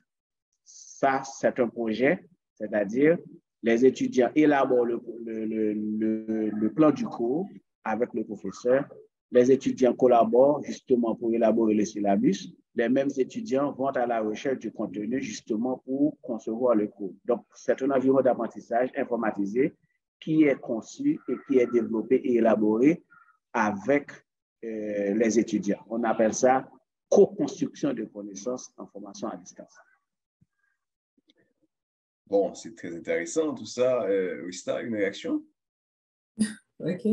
Non, moi, c'est bon de voir qu'il y a des choses concrètes qui en fait, qui se font. Et puis, donc, c'est pas comme moi, j'ai travaillé à l'Université d'État d'Haïti pendant un certain temps. J'ai fait des formations de d'autres universités, mais on peut prendre aussi, parce qu'à l'Université d'État d'Haïti, on a initié pas mal de façons de faire pour l'enseignement. On a fait plusieurs formations pour les enseignants et aussi encadrer les étudiants pour utiliser les technologies qui sont, je pense encore, qui sont à leur disposition. Mais le cas, par exemple, de professeur Desméreaux, c'est toujours des cas concrets pour dire que c'est possible de faire des choses. C'est possible de faire l'enseignement, c'est possible d'utiliser la technologie éducative en Haïti. Donc, c'est pas comme on parle de quelque chose en l'air ou bien on est dans un pays, dans d'autres pays du Nord, on ne comprend pas la réalité du Sud. Moi, je comprends bien la réalité haïtienne.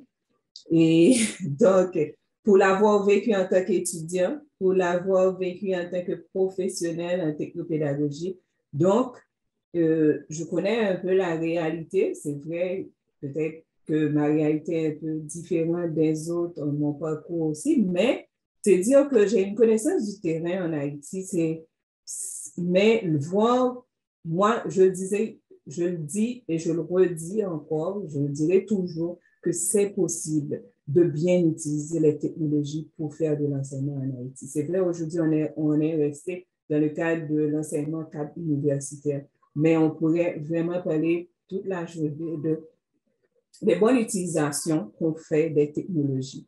Et quand je dis aussi, je ne sais pas s'il y a des enseignants qui sont là ou bien des futurs enseignants, n'hésitez pas parce que n'attendez pas qu'une université, un recteur vous apporte des choses, va vous former. Donc, si à l'Unifocal, ils le font, c'est très bien. Moi, j'applaudis des deux mains et je dis de continuer. Donc, une contribution, donc, vous apportez votre contribution. Mais vous, en tant qu'enseignant, en tant qu'étudiant aussi, n'attendez pas qu'on vous apporte, parce qu'en Haïti, on ne nous apporte pas tout le temps. On n'est pas dans un pays où on réfléchit pour nous, c'est vrai, la mentalité doit changer. Mais, en fait, formez-vous, informez-vous et formez-vous. Pourquoi? Parce qu'il y a beaucoup de formations qui se font. Donc, pas besoin d'avoir, donc si vous voulez vous spécialiser, c'est très bien, comme faire technopédagogie, faire de l'ingénierie pédagogique, parce que moi, avec l'AUF, donc, j'ai fait ma première formation en ingénierie pédagogique, donc c'est bien, et cette formation existe encore, donc vous voulez faire un master 2, allez-y. Donc, vous avez la possibilité de venir faire une formation ici, donc ça, je parle de plus haut niveau, venez. Mais, ce que je veux dire, il y a d'autres formations. Par exemple, j'ai travaillé sur un projet, donc c'était l'année dernière, j'ai travaillé sur un projet avec l'AUF sur un MOOC qu'il faisait pour les enseignants. Donc, c'est plus on vise les enseignants du primaire, du secondaire. Mais ça, c'est un réussite. Je pense qu'il y avait beaucoup d'Haïtiens qui ont été inscrits. Mais continuez de vous former parce qu'il y a des formations de très bonne qualité, mais en ligne qui se fait, des MOOC qui sont réalisés. N'hésitez pas, lancez-vous, apprenez à connaître la technologie parce que ça ouvre des portes. OK? Donc, formez-vous. Si on ne vous donne pas, si vous êtes enseignant et dit, ah, j'attends que le recteur de l'université prenne des initiatives, non. Allez vous former parce qu'il y a des formations qui existent. C'est pour vous développer une compétence, mais aussi, donc, vous allez avoir plus d'opportunités et de s'ouvrir au monde parce qu'on peut être en Haïti et travailler ailleurs aussi si vous avez des compétences. Donc, s'il vous plaît, formez-vous, informez-vous et formez-vous. Donc, ce sera bon pour vous, ce sera bon pour Haïti, ce sera bon pour tout, en fait, je peux dire pour votre famille et tout, parce que vous acquérez des compétences et des connaissances de l'avenir d'aujourd'hui et de l'avenir. Voilà. Et pour compléter tout ça, il y a Benita Coville qui nous dit il y a de l'espoir, on veut et on peut, allons-y. Je fais un pouce. Merci beaucoup, Benita. Félicitations, Benita. Benita, elle a été enseignante et directrice d'école nationale en Haïti. Je ne sais pas ce qu'elle fait pour le moment, mais je sais qu'elle a été une éducatrice de grand calibre. Félicitations, Benita. Merci beaucoup. Et il y a aussi Woody Fils Desrosiers qui souhaite me poser probablement une question ou faire un commentaire. Woody, est-ce que vous pouvez ouvrir le micro et faire l'intervention? Oui. Bonjour. Oui. Est-ce que vous me recevez très bien là? Parfaitement. Bon, Merci. je salue professeur Michelot et merci à vous, merci à Wista et professeur Binero. J'ai vraiment aimé vos interventions. Bon, là, j'aimerais bien m'adresser à Wista, si je veux dire madame, désolé. Et donc, vous avez beaucoup parlé, mais alors, puisque vous êtes technopédagogue, si je ne m'abuse, mais je m'attendais à ce que vous touchiez le niveau peut-être académique, je veux dire, le plus bas niveau de l'enseignement, mais pas universitaire, Pourquoi? Parce que là, à l'université, nous sommes vraiment dans le besoin, on a le sentiment d'être au pied du mur, OK? Mais pour ceux qui sont au niveau pédagogique, troisième cycle, niveau secondaire, etc., qui n'arrivent toujours pas à s'initier, ou bien selon le calendrier, ou bien le ministère, ou bien les écoles n'arrivent pas vraiment à s'initier au numérique, et qu'est-ce qui peut se faire? Qu'est-ce qui peut se faire? Donc, moi, si vous me permettez, j'ai vécu cette expérience parce que j'ai travaillé dans une école secondaire, toujours, et en 2019 ou 2020, Covid, là, les professeurs devraient travailler. C'est une école, disons, prestigieuse de Port-au-Prince. Et là, vous imaginez des professeurs qu'on paie très cher, beaucoup plus que moi, qui n'arrivaient même pas à travailler sur Google Classroom. Donc, moi, je devrais créer des classes pour eux. Ils n'arrivaient pas à travailler.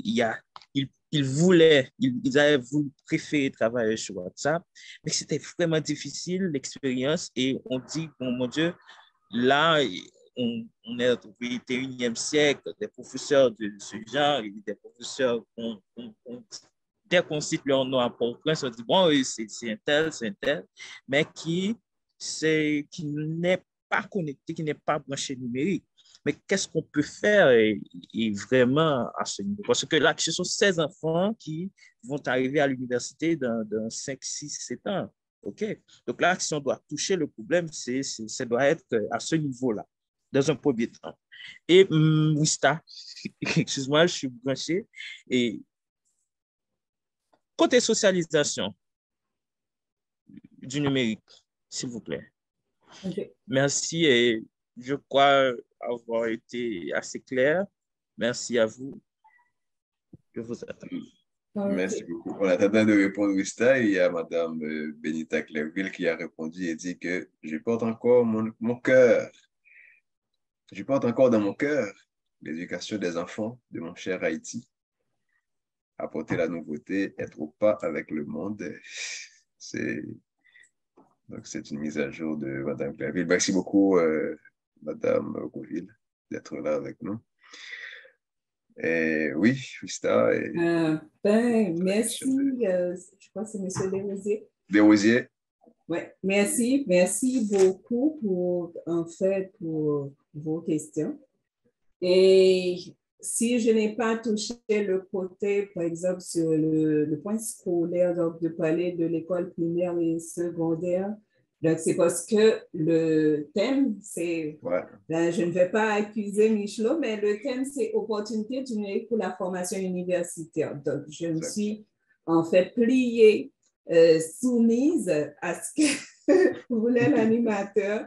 Donc, c'est pour ça. Mais je crois que je l'ai dit dans une de mes interventions, on pourrait passer la semaine des heures et des heures à parler de l'information, de l'utilisation du numérique, à partir même de kindergarten jusqu'à l'université ou des formations continues pour les professionnels. Donc, moi, ça me touche à cœur et tout à l'heure, je vous ai parlé du MOOC Certischool et c'est vraiment un mot que moi, j'ai participé aussi en tant qu'animatrice et conceptrice. Donc, c'était plus dirigé avec public cible, les enseignants du primaire et du secondaire. Donc, vous pouvez vous former, je pense qu'il y aurait une autre section. Restez parce qu'on envoie aussi toutes les invitations via Facebook. Les réseaux sociaux, on l'utilise beaucoup. Donc, je pense que l'AUF va lancer encore cette formation. Donc, c'est-à-dire rester branché. Donc, et peut-être moi, même si je ne participerai plus au projet, ça va dépendre. Mais je peux quand même toujours partager. Donc, si vous êtes amis sur Facebook avec moi, c'est une formation très enrichissante et très bien construite que vous pouvez suivre en tant qu'enseignant du primaire et du secondaire. Donc, c'est pour ça que je n'ai pas parlé. Whitney, vous touchez quand même un point dans ta deuxième question, vraiment qui est très, très, très important, c'est la socialisation.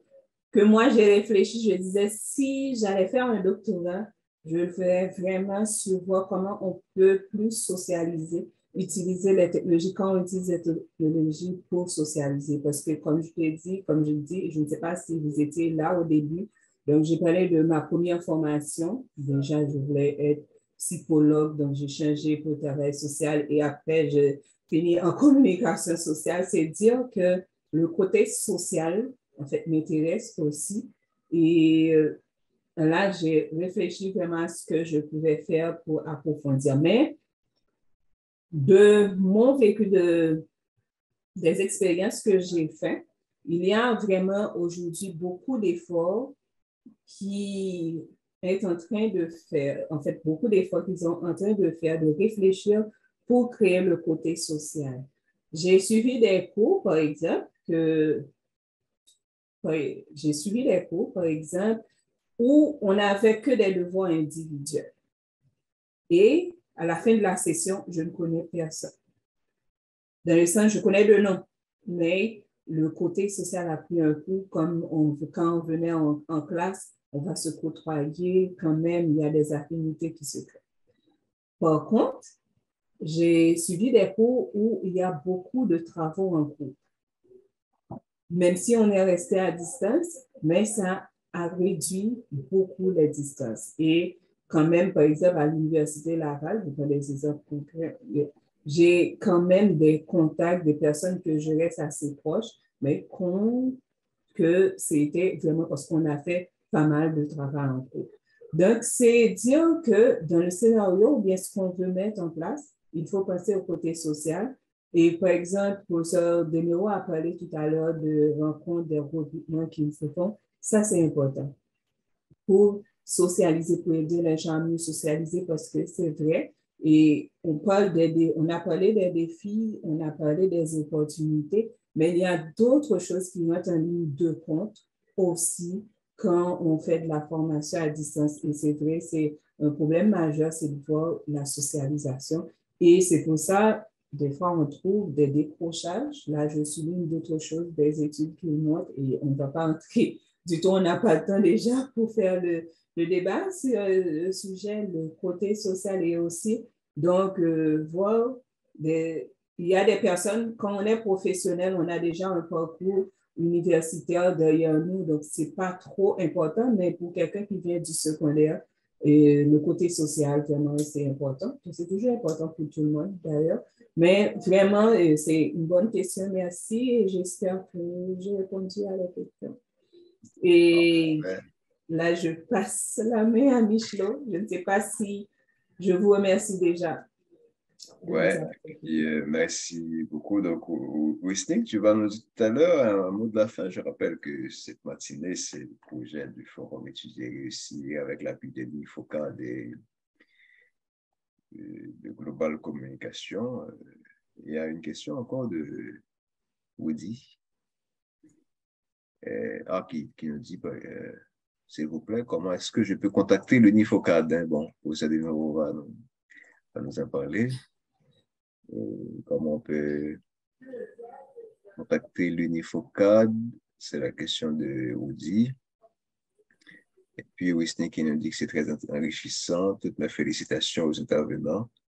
Vos interventions montrent que vous avez une connaissance théorique et pratique profonde de la problématique liée à l'utilisation du numérique. Au cas dans la formation universitaire, je suis très édifié. Bon, eh bien, on est très contents. Ah, c'est l'intervention de Wisnik Panier. OK, parfait. Et puis, oui, donc pour la question de Woody, comment on peut contacter le NIFOCAD? Ben, le professeur Demiro vient de partager avec nous le lien vers le site web de l'université. Je l'ai repartagé aussi. Donc, www.unifocad.edu.ht. Donc, je ne sais pas si on va terminer avec une question précise parce que, écoutez, c'est une matinée universitaire, on est déjà midi, donc ce n'est plus la matinée. On a déjà... Donc, une question précise, et bon, c'est de numéro, Wista. de manière concrète, bon, c'est vrai qu'on l'a dit, on a même redit pendant l'intervention, mais par exemple, nous parlons de formation universitaire. Un jeune haïtien, par exemple, ou bien africain, ou bien n'importe quel pays, qui aujourd'hui souhaite se former et qui fait face à des difficultés. Bon, par exemple, il y a des crises qui l'empêchent de poursuivre sa formation, etc. Donc, l'idée, c'est comment un jeune, un étudiant, peut réussir sa formation aujourd'hui, c'est une formation de qualité, grâce aux technologies disponibles actuellement. Donc, c'est ça, si on pourrait terminer sur cette question, et je ne sais pas, je lance la balle au professeur Desméaux, Wista, ça va être notre dernier tour de table. Comment on peut se former aujourd'hui? Qu'est-ce que ça demande en termes d'efforts, de capacité, de, je ne sais pas, compétences précises? Donc, comment réussir à se former actuellement grâce aux technologies disponibles? Qu'est-ce qu'on pourrait donner comme conseil par rapport à cette question? Et... Je ne sais pas si le professeur Desméaux veut intervenir. Pour moi, je veux dire que c'est peut-être la question la plus difficile qui pourrait me laisser bouche bée. Et dans le sens que j'ai plusieurs choses à dire aussi, mais la réalité de chacun est différente. Donc, on fait face à des réalités assez différentes, assez diversifiées, je pourrais dire. Mais la chose, c'est pas l'étudiant en lui-même, c'est pas comme la personne en lui-même, parce que se former, c'est vrai, il y a des autodidactes, même l'autodidacte, il faut savoir où chercher. Pour se former, il faut fixer des objectifs. Mais c'est juste pour dire, il ne s'agit pas de l'individu d'une personne, mais en fait, qu'est-ce que aujourd'hui, ceux qui sont responsables font aussi doit se faire pour que, en fait, moi, en tant qu'étudiant lambda, moi, en tant que juste un bachelier, donc, comme on dit d'un thème haïtien, c'est-à-dire quelqu'un qui vient de laisser et le secondaire, qu'est-ce que je peux faire, qu'est-ce qu'on peut faire pour que c'est l'enfant ou bien le jeune adulte ou bien l'adolescent, comme ça dépend de l'âge, on termine ses études secondaires, donc pour dire comment on veut, quelle société qu'on veut. Parce que si on le prend de manière individuelle, on aura toujours l'Haïti qu'on a aujourd'hui. Et c'est parce que là, c'est vraiment, c'est pas de la politique, mais c'est une question de société. C'est-à-dire, les mentalités doivent changer. On doit réfléchir autrement. Mais maintenant, comme en Haïti, notre façon de notre éducation nous permet de faire de la débrouillardise, je peux le dire comme ça. Aujourd'hui, en fait, les opportunités sont là avec les technologies. C'est pour ça que je conseille de vous informer et de former parce qu'il y a des universités, donc vous voulez étudier, il n'y a pas de barrière, donc la barrière peut être économique, on le sait, mais il y a aussi des fois des opportunités de bourse. Donc, vous pouvez y chercher. Je sais que des fois, ce n'est pas facile, mais quand on veut s'en sortir aussi, on lutte, on fait beaucoup de choses pour l'avoir.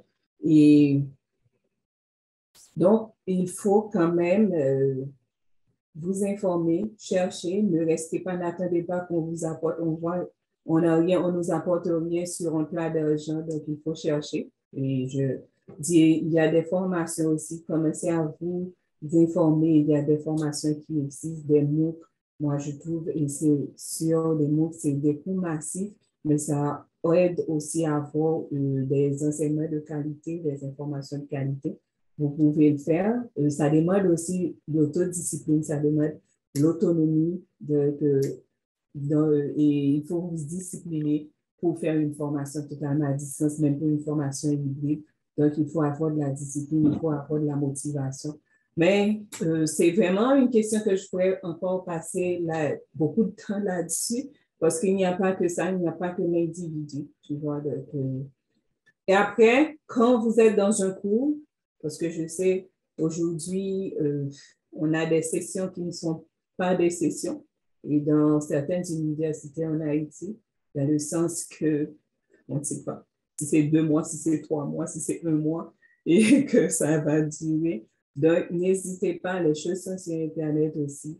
C'est vrai, il y a des bons, il y a des mauvais côté de l'Internet, donc ça, on n'a pas touché. Mais allez, vous avez les thématiques, vous avez des sujets, continuez à vous former. Prenez ce que vous donne l'enseignant, c'est ce qu'il peut, mais aussi allez vous former parce que l'Internet aujourd'hui, ça rend les choses un petit peu plus accessibles, pas même un peu plus accessibles qu'avant. Donc, c'est ça. Et je pense que c'est le moment de remercier tout le monde de nous avoir écoutés. Merci pour l'invitation, Michel. Ça a été très bien pour moi. Et si je réponds à des questions ou bien si je peux, excusez-moi, mais j'espère que je vous ai apporté quelque chose de concret et de bien cette matinée. Merci. Je pense que c'est le cas. J'ai des mots de félicitations qu'on reçoit dans le chat. Et encore une fois, et merci pour M. Desméraud, des conseils pour les étudiants, les enseignants sur cette question. Bon, alors, je veux d'abord féliciter Wista pour son intervention et ensuite ses prises de parole et puis les conseils et puis les connaissances qu'elle a transmises aux participants. Alors, je vais répondre de manière brève pour dire que là, il y a plein d'opportunités. Plein. Surtout dans le monde francophone. Il y a des cours qui sont gratuits. Et par exemple, il y a France Numérique qui donne des cours gratuits à travers MOOC. Donc, quelqu'un qui n'a pas d'argent, il peut étudier à travers le réseau francophone qui offre des cours en ligne et à distance et sans frais. Donc, ça, c'est pour ceux qui n'ont pas d'argent. Maintenant, si vous avez de l'argent, alors même quand vous n'avez pas d'argent, vous aurez besoin de l'argent parce que, et après avoir complété plusieurs cours gratuits, vous devez consulter, contacter une université pour apprécier et reconnaître les cours que vous avez suivis, justement pour pouvoir vous donner un certificat ou un diplôme attestant que vous avez une compétence quelconque. Donc, à l'UNIFOCAD, nous pouvons le faire. Si vous avez suivi des cours en ligne et que vous voulez un diplôme attestant que vous avez complété un programme en ligne, alors plusieurs cours, donc on peut considérer ça pour vous. Donc, c'est possible. Et ce n'est pas seulement l'UNIFOCAD, il y a plusieurs autres universités qui peuvent le faire. La deuxième chose, pour ceux qui ont de l'argent, j'avais dit tantôt, je n'avais pas d'argent, mais j'avais une vision. Je voulais devenir un professeur, pas n'importe quel professeur. Je voulais devenir un bon professeur. Donc, je me rendais au Canada avec mes frais, j'ai payé avec mes frais. Donc, vous avez une idée de ce que cela veut dire étudier au Canada. Donc, je n'avais pas de bourse, mais j'ai payé. Mais puisque je n'avais pas d'argent, ça m'avait coûté 6 ans pour compléter une maîtrise en formation à distance à l'université TELUC. J'ai complété un programme de doctorat pendant 4 ans à raison de $70 000 US, incluant les frais de transport de chaque session. J'ai payé un billet d'avion aller-retour pour les États-Unis. Et ensuite, je payais une chambre d'hôtel pendant 1 semaine et 2 semaines pour pouvoir suivre le cours. Donc, ça m'a coûté $280 000 pour un doctorat. C'est le prix que j'ai payé. $70 000 là. Billet d'avion, nourriture et puis hébergement. Et les frais de l'université. Donc, j'avais je voulais avoir une bonne formation pour pouvoir mieux enseigner les étudiants. Je ne voulais pas répéter ce que les gens enseignent. Donc, pour enseigner, pour bien enseigner, il faut une bonne formation. Maintenant, la bonne formation a un coût. Il faut accepter de payer le coût. Maintenant, si vous n'avez pas d'argent et vous ne voulez pas étudier de manière gratuite, comme je viens de dire au départ, ou du moins, vous n'avez pas d'argent pour payer comme j'avais payé, vous pouvez solliciter une demande de bourse. Vous pouvez bénéficier d'une bourse au sein de l'AUF pour étudier à l'étranger, ou du moins pour étudier à l'UNIFOCAD. Vous pouvez solliciter une demande de bourse à l'ambassade des États-Unis. Il y a un programme qui s'appelle Fulbright. Donc, vous pouvez bénéficier d'une bourse si vous êtes capable de convaincre les Américains que vous avez la capacité de compléter une maîtrise aux États-Unis. Donc, vous pouvez bénéficier des bourses de l'ambassade du Canada et pour étudier au Canada. Et aussi, il y a des bourses de l'ambassade de Suisse, Taïwan. Donc, ce qui fait qu'il y a plein et plein d'opportunités pour ceux qui veulent se former. Il y a des programmes de bourse partout en Europe, en Amérique et en Afrique et en Asie. Et chez nous, en Haïti, à l'UNIFOCAD, un programme de maîtrise coûte $1000 US, c'est presque gratuit. Un programme de doctorat coûte $3000 l'an, c'est presque gratuit. Et c'est pas, quand on compare avec $70 000, c'est pas, ça ne veut pas dire que la formation, c'est une formation au rabais, mais c'est une façon d'encourager les Haïtiens à se former. Donc, il y a beaucoup d'opportunités. Il revient à vous d'exploiter ces opportunités. Mais si vous attendez vos quarantaines, quand vous êtes dans la quarantaine pour solliciter une bourse, il vous sera difficile de bénéficier d'une bourse à 40 ans. Donc, pendant que vous êtes dans la vingtaine, profitez. Parce que quand vous avez une famille, quand vous êtes marié, quand vous avez des enfants, quand vous avez un emploi à temps plein, il vous sera difficile non seulement de bénéficier d'une bourse, d'étudier et de compléter des études universitaires. Maintenant, le moment, c'est maintenant. Gratuit ou payant. Et si vous n'avez pas d'argent, vous ne pouvez pas bénéficier d'une bourse et vous ne voulez pas des cours gratuits, vous pouvez aller à la banque, vous faites un prêt et puis vous payez à partir de l'argent des banques. Voilà. Merci beaucoup à vous tous et à vous toutes. Merci beaucoup. Le moment, c'est maintenant. Donc, mais c'est vrai, Michelot, les $1000 pour notre maîtrise, c'est maintenant, mais si vous attendez l'année prochaine, vous attendez un nouveau président en Haïti, si vous attendez un nouveau président, ou si vous attendez que Aristide revienne au pouvoir ou bien Jovenel ressuscite, eh bien, ce sera $2000 l'année prochaine. Et ce sera $4000 pour le doctorat. Si vous attendez 3 années pour vous étudier, mais ce sera $9000. Donc, c'est-à-dire, ça monte chaque année. Même genre, de la même manière que le taux de dollar augmente, la formation universitaire augmente aussi. C'est la même chose. Le prix du terrain augmente. Le prix du loyer augmente. Donc, le prix de tout augmente. Le prix d'un plat au restaurant augmente. Le prix de tap-tap augmente. Le prix du taxi augmente, etc.